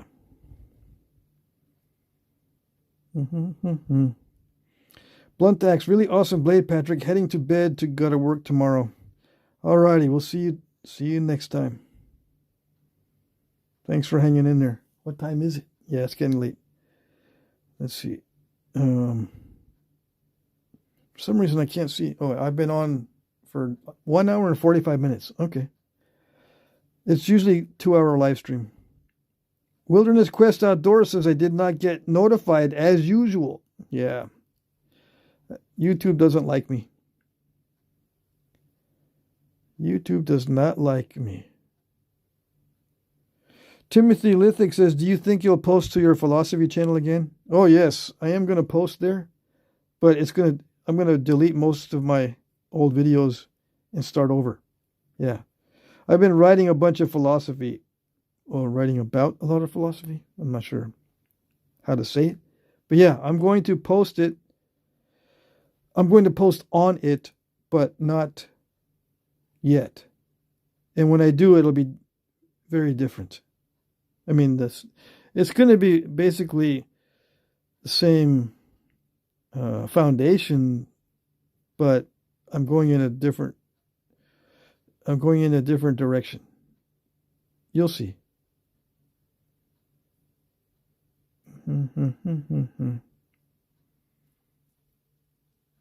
Let's see. Jesse says, I went to the lake for a week straight and it was hot. I slept about 3 hours a night. I was darn near delirious. Yeah, that's not fun.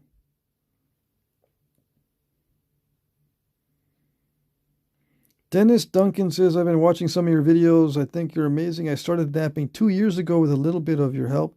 Thank you for your knowledge on this. Oh, you're very welcome. It's very nice for you to say that. When I get overly tired from lack of sleep, slightly disconnected state where it doesn't feel real too. Yeah. Very strange feeling. You're the last person to describe that like that. You're the first person. Yeah. Okay. So at least I'm not alone. Yeah.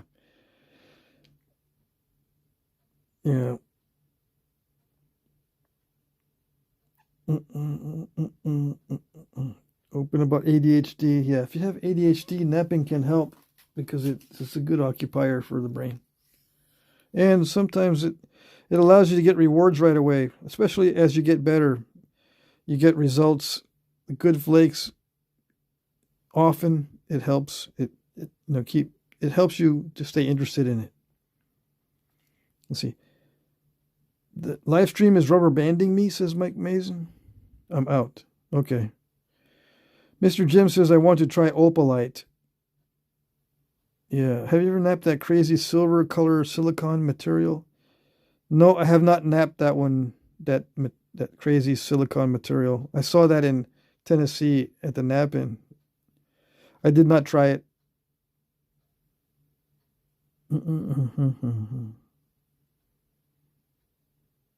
Okay, so hopefully I didn't miss any questions. If I did, just remind me, I guess. If I missed your question, I apologize. All right, so this is a brand new handle I just made recently. So it has no staining from the modeling clay. But it will. All right, so I put some in there, just like I would with the natural glue, and just jam it in there. Yep. And when the natural glue is hot and sticky, you need to put water on your fingers when you're doing this so it doesn't stick to your fingers. And then you have a fire close by so you can put this next to the fire and warm it up. Make sure the glue stays warm and malleable or whatever, moldable. Right. You've seen it on videos. So this is my style of handle. I don't know if the Adena blades were hafted to this style of handle. This is just the style that I like. Okay. They may have just been hafted to straight sticks, or the handles may have been even more elaborate than this. This is just how I like to make my handles.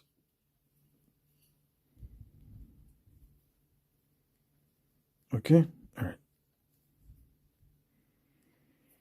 So I'm pushing the glue in places where I know I'm going to wrap it, and I'm going to make sure there's no air gaps under the wrap. The glue fills all the gaps, and hot melt is better at filling gaps than other types of glues that, let's say, the type of glue that is water-based. A water-based glue will shrink and create gaps. A hot melt glue will not do that. Okay, just something to keep in mind.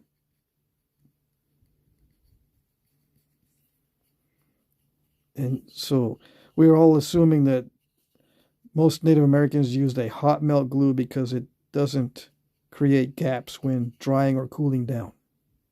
Okay? That's one of the advantages. The other advantage of hot melt is that it's often waterproof. Not all the hot melts are waterproof. You can get resins from different trees that melt when you heat it up, but they're not waterproof. They will soften or dissolve in water. So,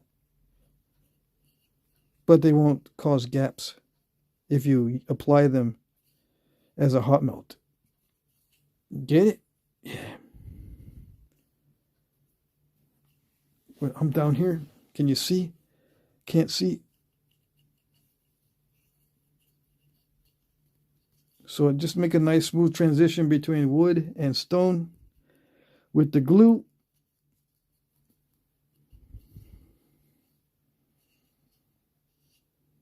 Okay. I'm going to cover all the wood up here on top. That's what I would do with the normal glue anyway. With the hot melt, I mean. This is just modeling clay to simulate, in case you just arrived and don't know what I'm doing. I'm just simulating the natural hot melt glue with modeling clay. Because I'm going to take this apart and I'm going to sell the blade. Okay, so that's what I would do with the glue. Now,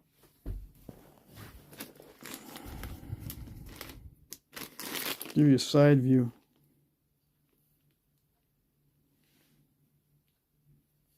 I'm going to wrap it with sinew. Okay. Now, it takes longer to apply the hot melt, and sometimes I'll actually wait till the hot melt cools down and carve it. I'll just blob it on there, makes it easier, and wait till it cools down and then carve it into shape. But since I'm using modeling clay, I'm touching it a lot and molding it that way. All right. So let's get the water and some sinew. It's going to be a simple wrap. It really doesn't do much. The wrapping in this case, since it's a contracting stem, it's not one of these expanding stems. The wrapping is mainly there to hold in the glue. In this case, it's not really holding in the blade. Now, I could just leave it like this also, without adding wrapping. It doesn't need wrapping as long as you have strong glue. You know what I mean? But I'm going to wrap it anyway, because it's cool. We were talking about this last live stream. If you see exposed sinew on a modern made knife, it's mainly for show. Sinew needs to be protected from water on the real ones. You often see the glue placed over the top of the sinew as well as underneath. Okay? You don't want the sinew to become wet and pliable again. You want it to stay protected from water. If you see, like I said, if you see a modern made blade that has exposed sinew, it's for show. Okay? All right. Is that in every case? No, there are some artifacts that have exposed sinew, but I think most of those are at little dart points. Yeah. I haven't seen it yet, one knife from a museum of a real artifact that has exposed sinew. It's usually covered with glue, or they just use only glue. If you can find one on the internet, let me see. I want to see it. A knife in a museum, a real one from back in the day with exposed sinew. Okay? All right. There's plenty of them with just glue and that's it.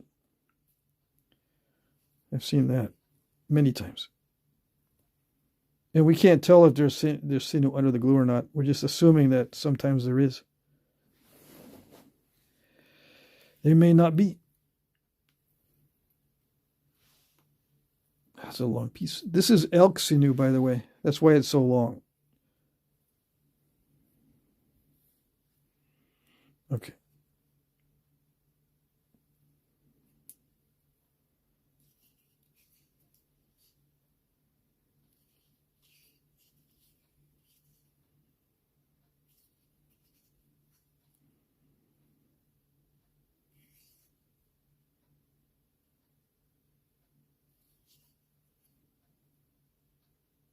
And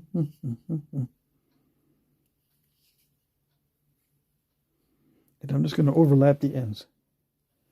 All right. I'm not using any glue for the sinew. If this was an actual knife, I would, be heating up the hot melt so that the glue will stick to the sinew. And I could use hide glue in addition to the hot melt. The hide glue holds down sinew very well, obviously.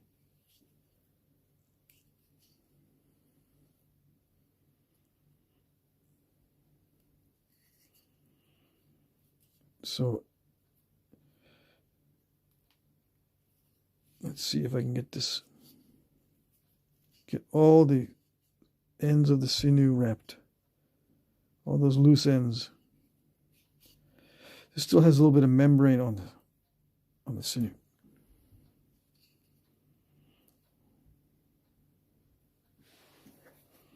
Anyways, let me take that membrane off. I just skin it off with my fingernail. And there's a little bit of fat on here too. You don't want fat or membrane on the sinew when you're processing it, if at all possible. I've heard guys use Dawn detergent, liquid detergent, to remove the fat from the sinew. That helps a lot, especially with the glue up. If there's fat on the sinew when you're gluing it up, it doesn't work all that great.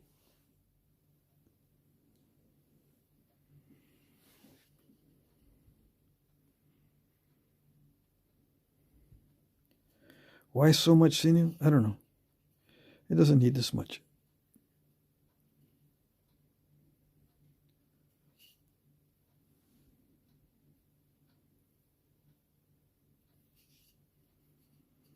I just feel like putting a lot on there. Yeah.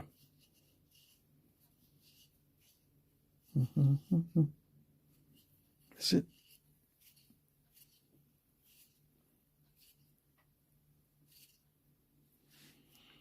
And if you don't want to see a lot of this down here, just paint the top of this handle black.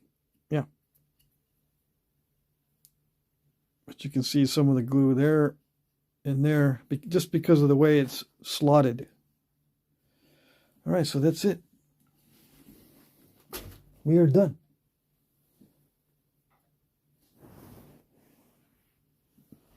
Yeah, and I could paint the handle with something.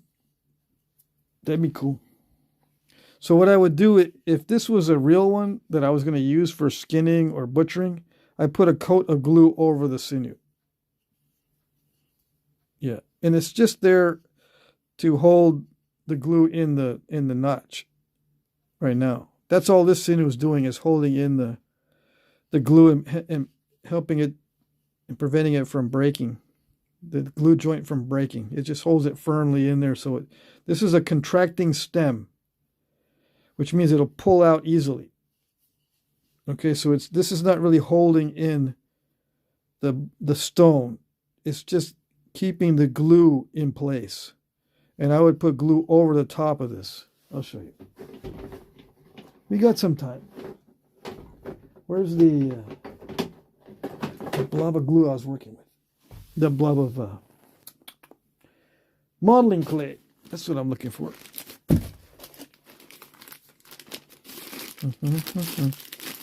See, this allows me to take it apart easy. But I'm missing the little blob that I had already warmed up. Okay, here it is. No, this is a big blob. Anyways.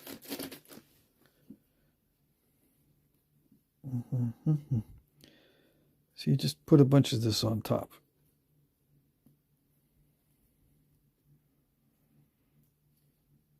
if I was actually going to use this for butchering or whatever.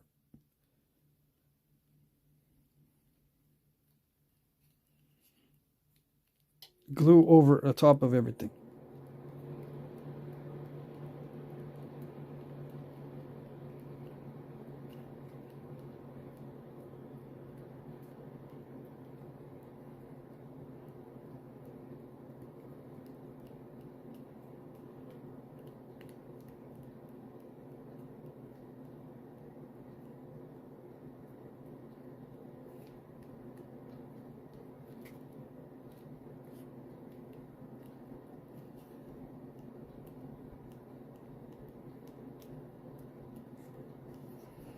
That protects the sinew, especially when you're trying to wash the blade after using it, because the blade's going to get blood and fat and nasty hairs and all that kind of stuff on it.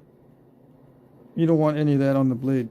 And they didn't know about germs and stuff back in the day, but I bet you they knew that if you use a dirty utensil or dirty tool, you would get sick for some reason. Okay? They didn't know why they would get sick, but they learned, probably, after a while of using nasty tools and knives that are not washed, that they would get sick. So I think they realized that they needed to make sure that these things were washable. Okay, so that's what I would do. I didn't finish right, but you can see that I would just put glue over the sinew as well. Okay?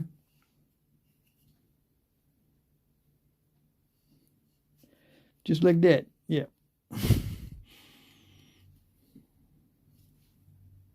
Okay? All right. Yeah, the glue hardens.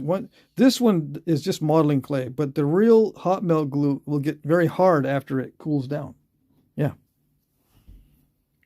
And you've got to make sure that you keep repairing it. It does crack. The real hot melt glue, it will crack and it will chip off. You have to keep heating it again and repairing any cracks or chips so that it remains a protective coating over everything. Okay? Let's see, what other questions?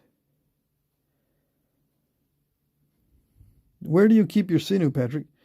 I keep it, if it's like this, it's got some fat and membrane, so it has a tendency to get a little bit smelly. I tend to put this in the refrigerator.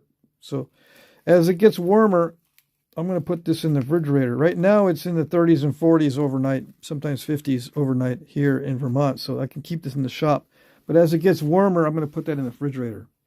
It's best to freeze the sinew when you're not using it. Yeah. If it's very clean, like all the fat is washed off and all the membranes removed, you can keep it in a dry state in a hot environment. Easy. But if you're worried about it, or if it starts to smell a little stale, like this is smelling a little bit stale, that means there's fat on this. I keep it in the fridge so it doesn't get bad. Where do I get my sinew? From people who are processors of deer, elk, and whatnot. From processors. I'd ask them to save the silver skin from the back straps.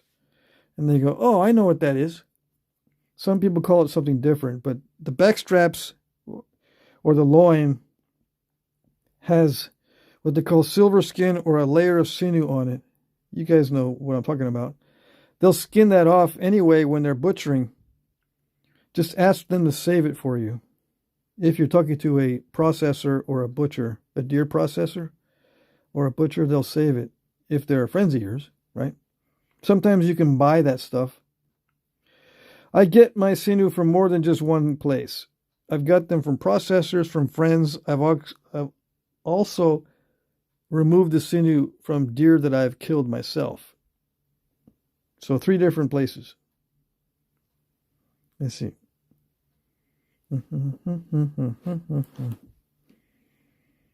Let's see here. Bill Taylor. Hey, Alan Ross, JV Stoneface. I just got home, so I'm in and out. Got to unload the car. I see. Nice blade haft, says Alan. Thank you. Thank you. Yeah, it looks like flint or chert. It's a type of chert. It's semi-translucent. It's from Tennessee. I suppose it was found near Knoxville, because the person who gave it to me calls it Knox chert. Knox. I'm going to sell the blade in the auction. I'm going to take this apart. All right. You see, I didn't cover all the sinew. I guess it's good that I didn't, so I can show you that I did wrap it with sinew underneath. But anyway, I covered everything over with the modeling clay to simulate the actual hot melt glue that they used in the past. Usually what they would use is asphaltum mixed with some sort of gum base or other types of rosin. Sometimes they would use straight pine pitch or pinyon rosin or spruce gum. It seems to be pretty common these days. But the pine rosin and spruce gum has a very low melting point. So it gets sticky very fast. Even holding it in your hand, if you use pine pitch, it'll start getting sticky. You got to coat it with some kind of talc powder or some kind of powder to keep it from being really, really sticky in hot weather. But asphaltum has a higher melting point, so it doesn't get as sticky when you use it. So asphaltum these days is sold as gilsonite. Gilsonite. That's the cheapest form. You can buy asphaltum, but it's more expensive.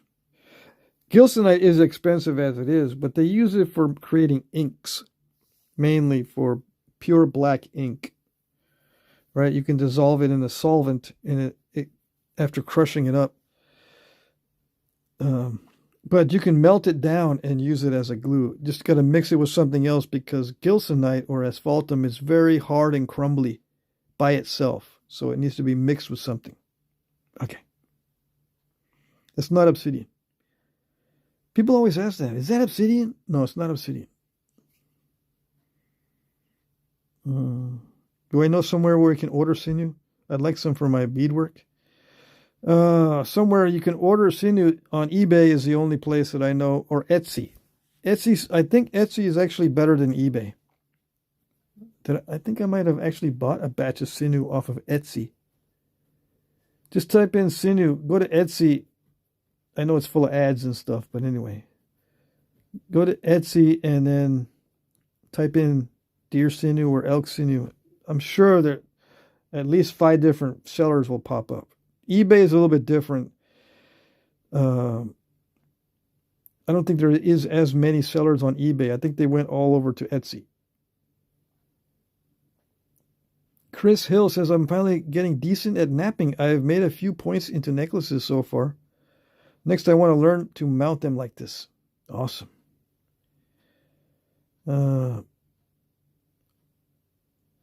Oh yeah, the theme song, sorry, my brother-in-law said that was a Nickelback. Yeah. It's an easy mistake to make. No worries. My theme song was written by Danny Collins. Let's see. It don't look sharp like a sharp if you're holding it like that. Well, how do I hold it to make it look sharp? Like this? Does it look sharp if I hold it like this?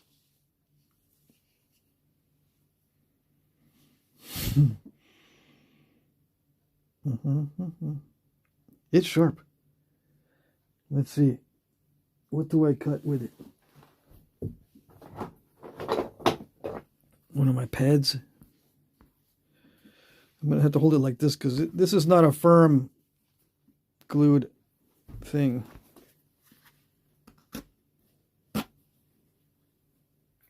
See, it already bent. This is not real glue. This is just modeling clay. But if it was real glue, it'd be more firm, and I'd be able to make a deeper cut. But I just ran the blade across that. This is like veg tan leather. No, this is chrome tanned leather.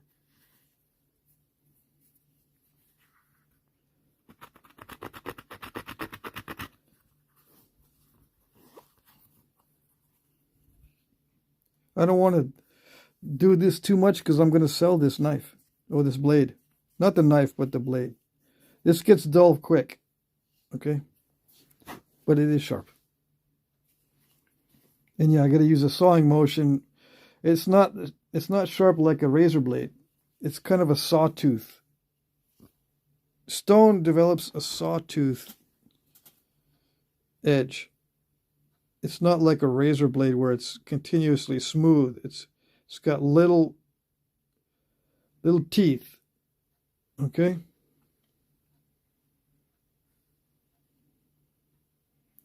So you use a sawing motion.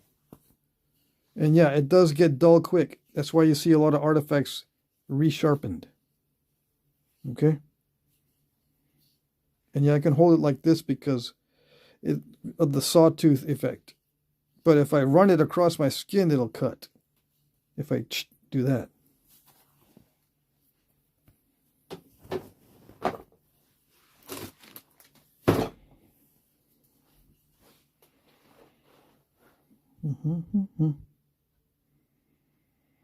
Jerry says, I enjoy watching you nap. Your techniques for indirect percussion is awesome. Thank you for sharing. You're very welcome. Serrated. Yeah, the term is serrated, but it's not intentional serrations. Usually when you use the term serrated, it's intentional. This is incidental. This is incidental little saw teeth or little teeth.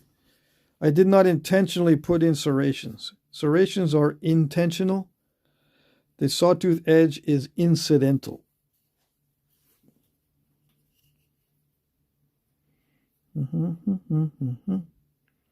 Is that KRF? No, it's not KRF. It's Knox Chirp from Tennessee. Chris says, I got my rocks from Danny. Yep, that's the same one. Gilsonite. Yeah, Gilsonite. That's how you spell it, Ralph. That's the only way you'll be able to get asphaltum nowadays for cheap. And it's not all that cheap. You can use pine tar, but it has to be mixed with pine rosin. Pine tar is what you put on horses' hooves to prevent infection. Rosin is the hard stuff. You can mix pine tar, the liquidy, gooey stuff, with pine rosin, but that's how you use it as a glue. You can't just order pine tar off the internet and use that as glue because it's runny. Let's see. Get it? Cool. Oh yeah, Ross has more sinew, right? Or no? Should I say that? I don't know. I didn't see him advertise it, so I don't want to say it. Let me see. Just in case he doesn't want to get overwhelmed with orders or whatever. Okay? Let's see. All right, I think I covered it, right? I think I got all the questions answered, or tried to.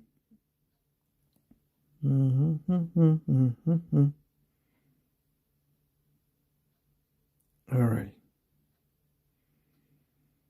I have got a friend that sells sinew, but it's seasonal. It's only during hunting season, like in October, November.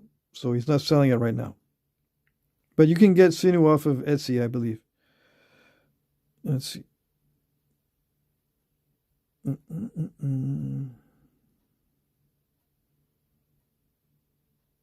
righty. Yeah, I got this sinew from Ross Wellman.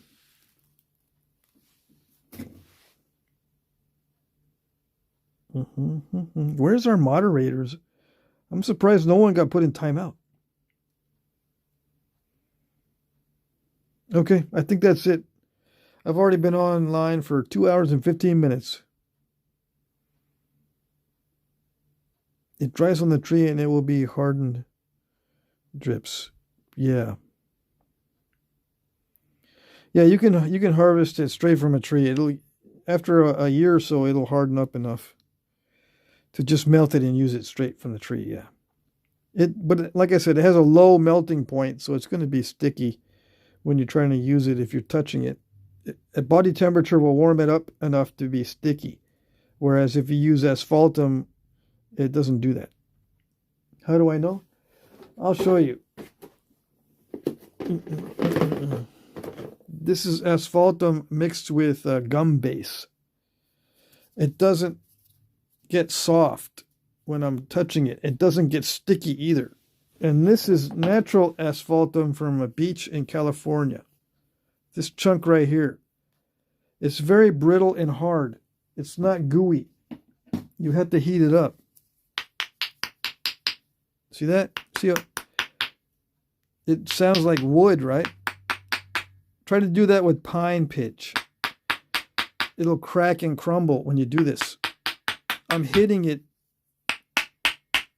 pretty hard and it's not crumbling. It's starting to break up a little bit.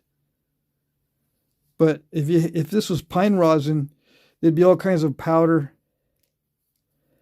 and it would dent all up and it would start cracking a lot. This did break a little bit because it is brittle. But this is the natural stuff you get off a beach. For example, you can find this on land too, but a lot of times the easiest place to find these blobs of asphaltum are on beaches. This is modern hot melt mixed with something. I forget what I mixed it with to give it that darker color. I might have mixed this with asphaltum or gilsonite. But this is the modern stuff.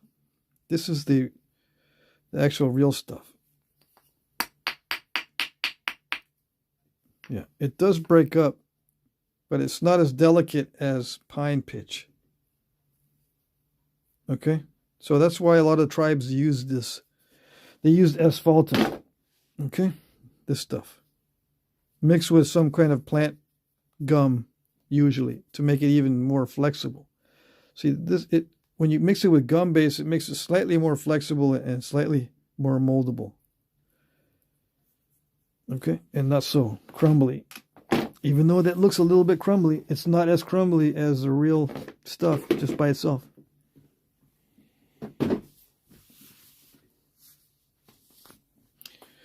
All right.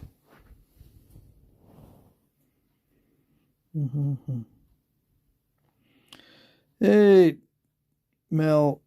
Patrick, have you made your tools for Taos Pueblo? No, not yet. I have not made those tools yet. I will this week or next week. I still have a month to go.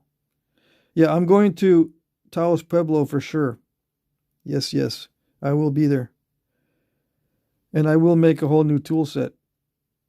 2 new tool sets. I'll mail them to Taos, so I don't have to carry them on the plane. Alrighty? Good question. All right, I think that's it. We'll see you guys next time. I'm doing a live stream every night now, so tomorrow night's Wednesday. I'll be doing slab to point tomorrow night, starting at 9:30 p.m. Eastern time. Okay, every day now during the week, I'll be doing a live stream starting at 9:30 p.m. Eastern. Okay? All right, we'll see you then. Good to see everybody. And this was actually not bad. This material, this Knox shirt from Tennessee. I kind of like it. Yeah. Alrighty. Bye-bye.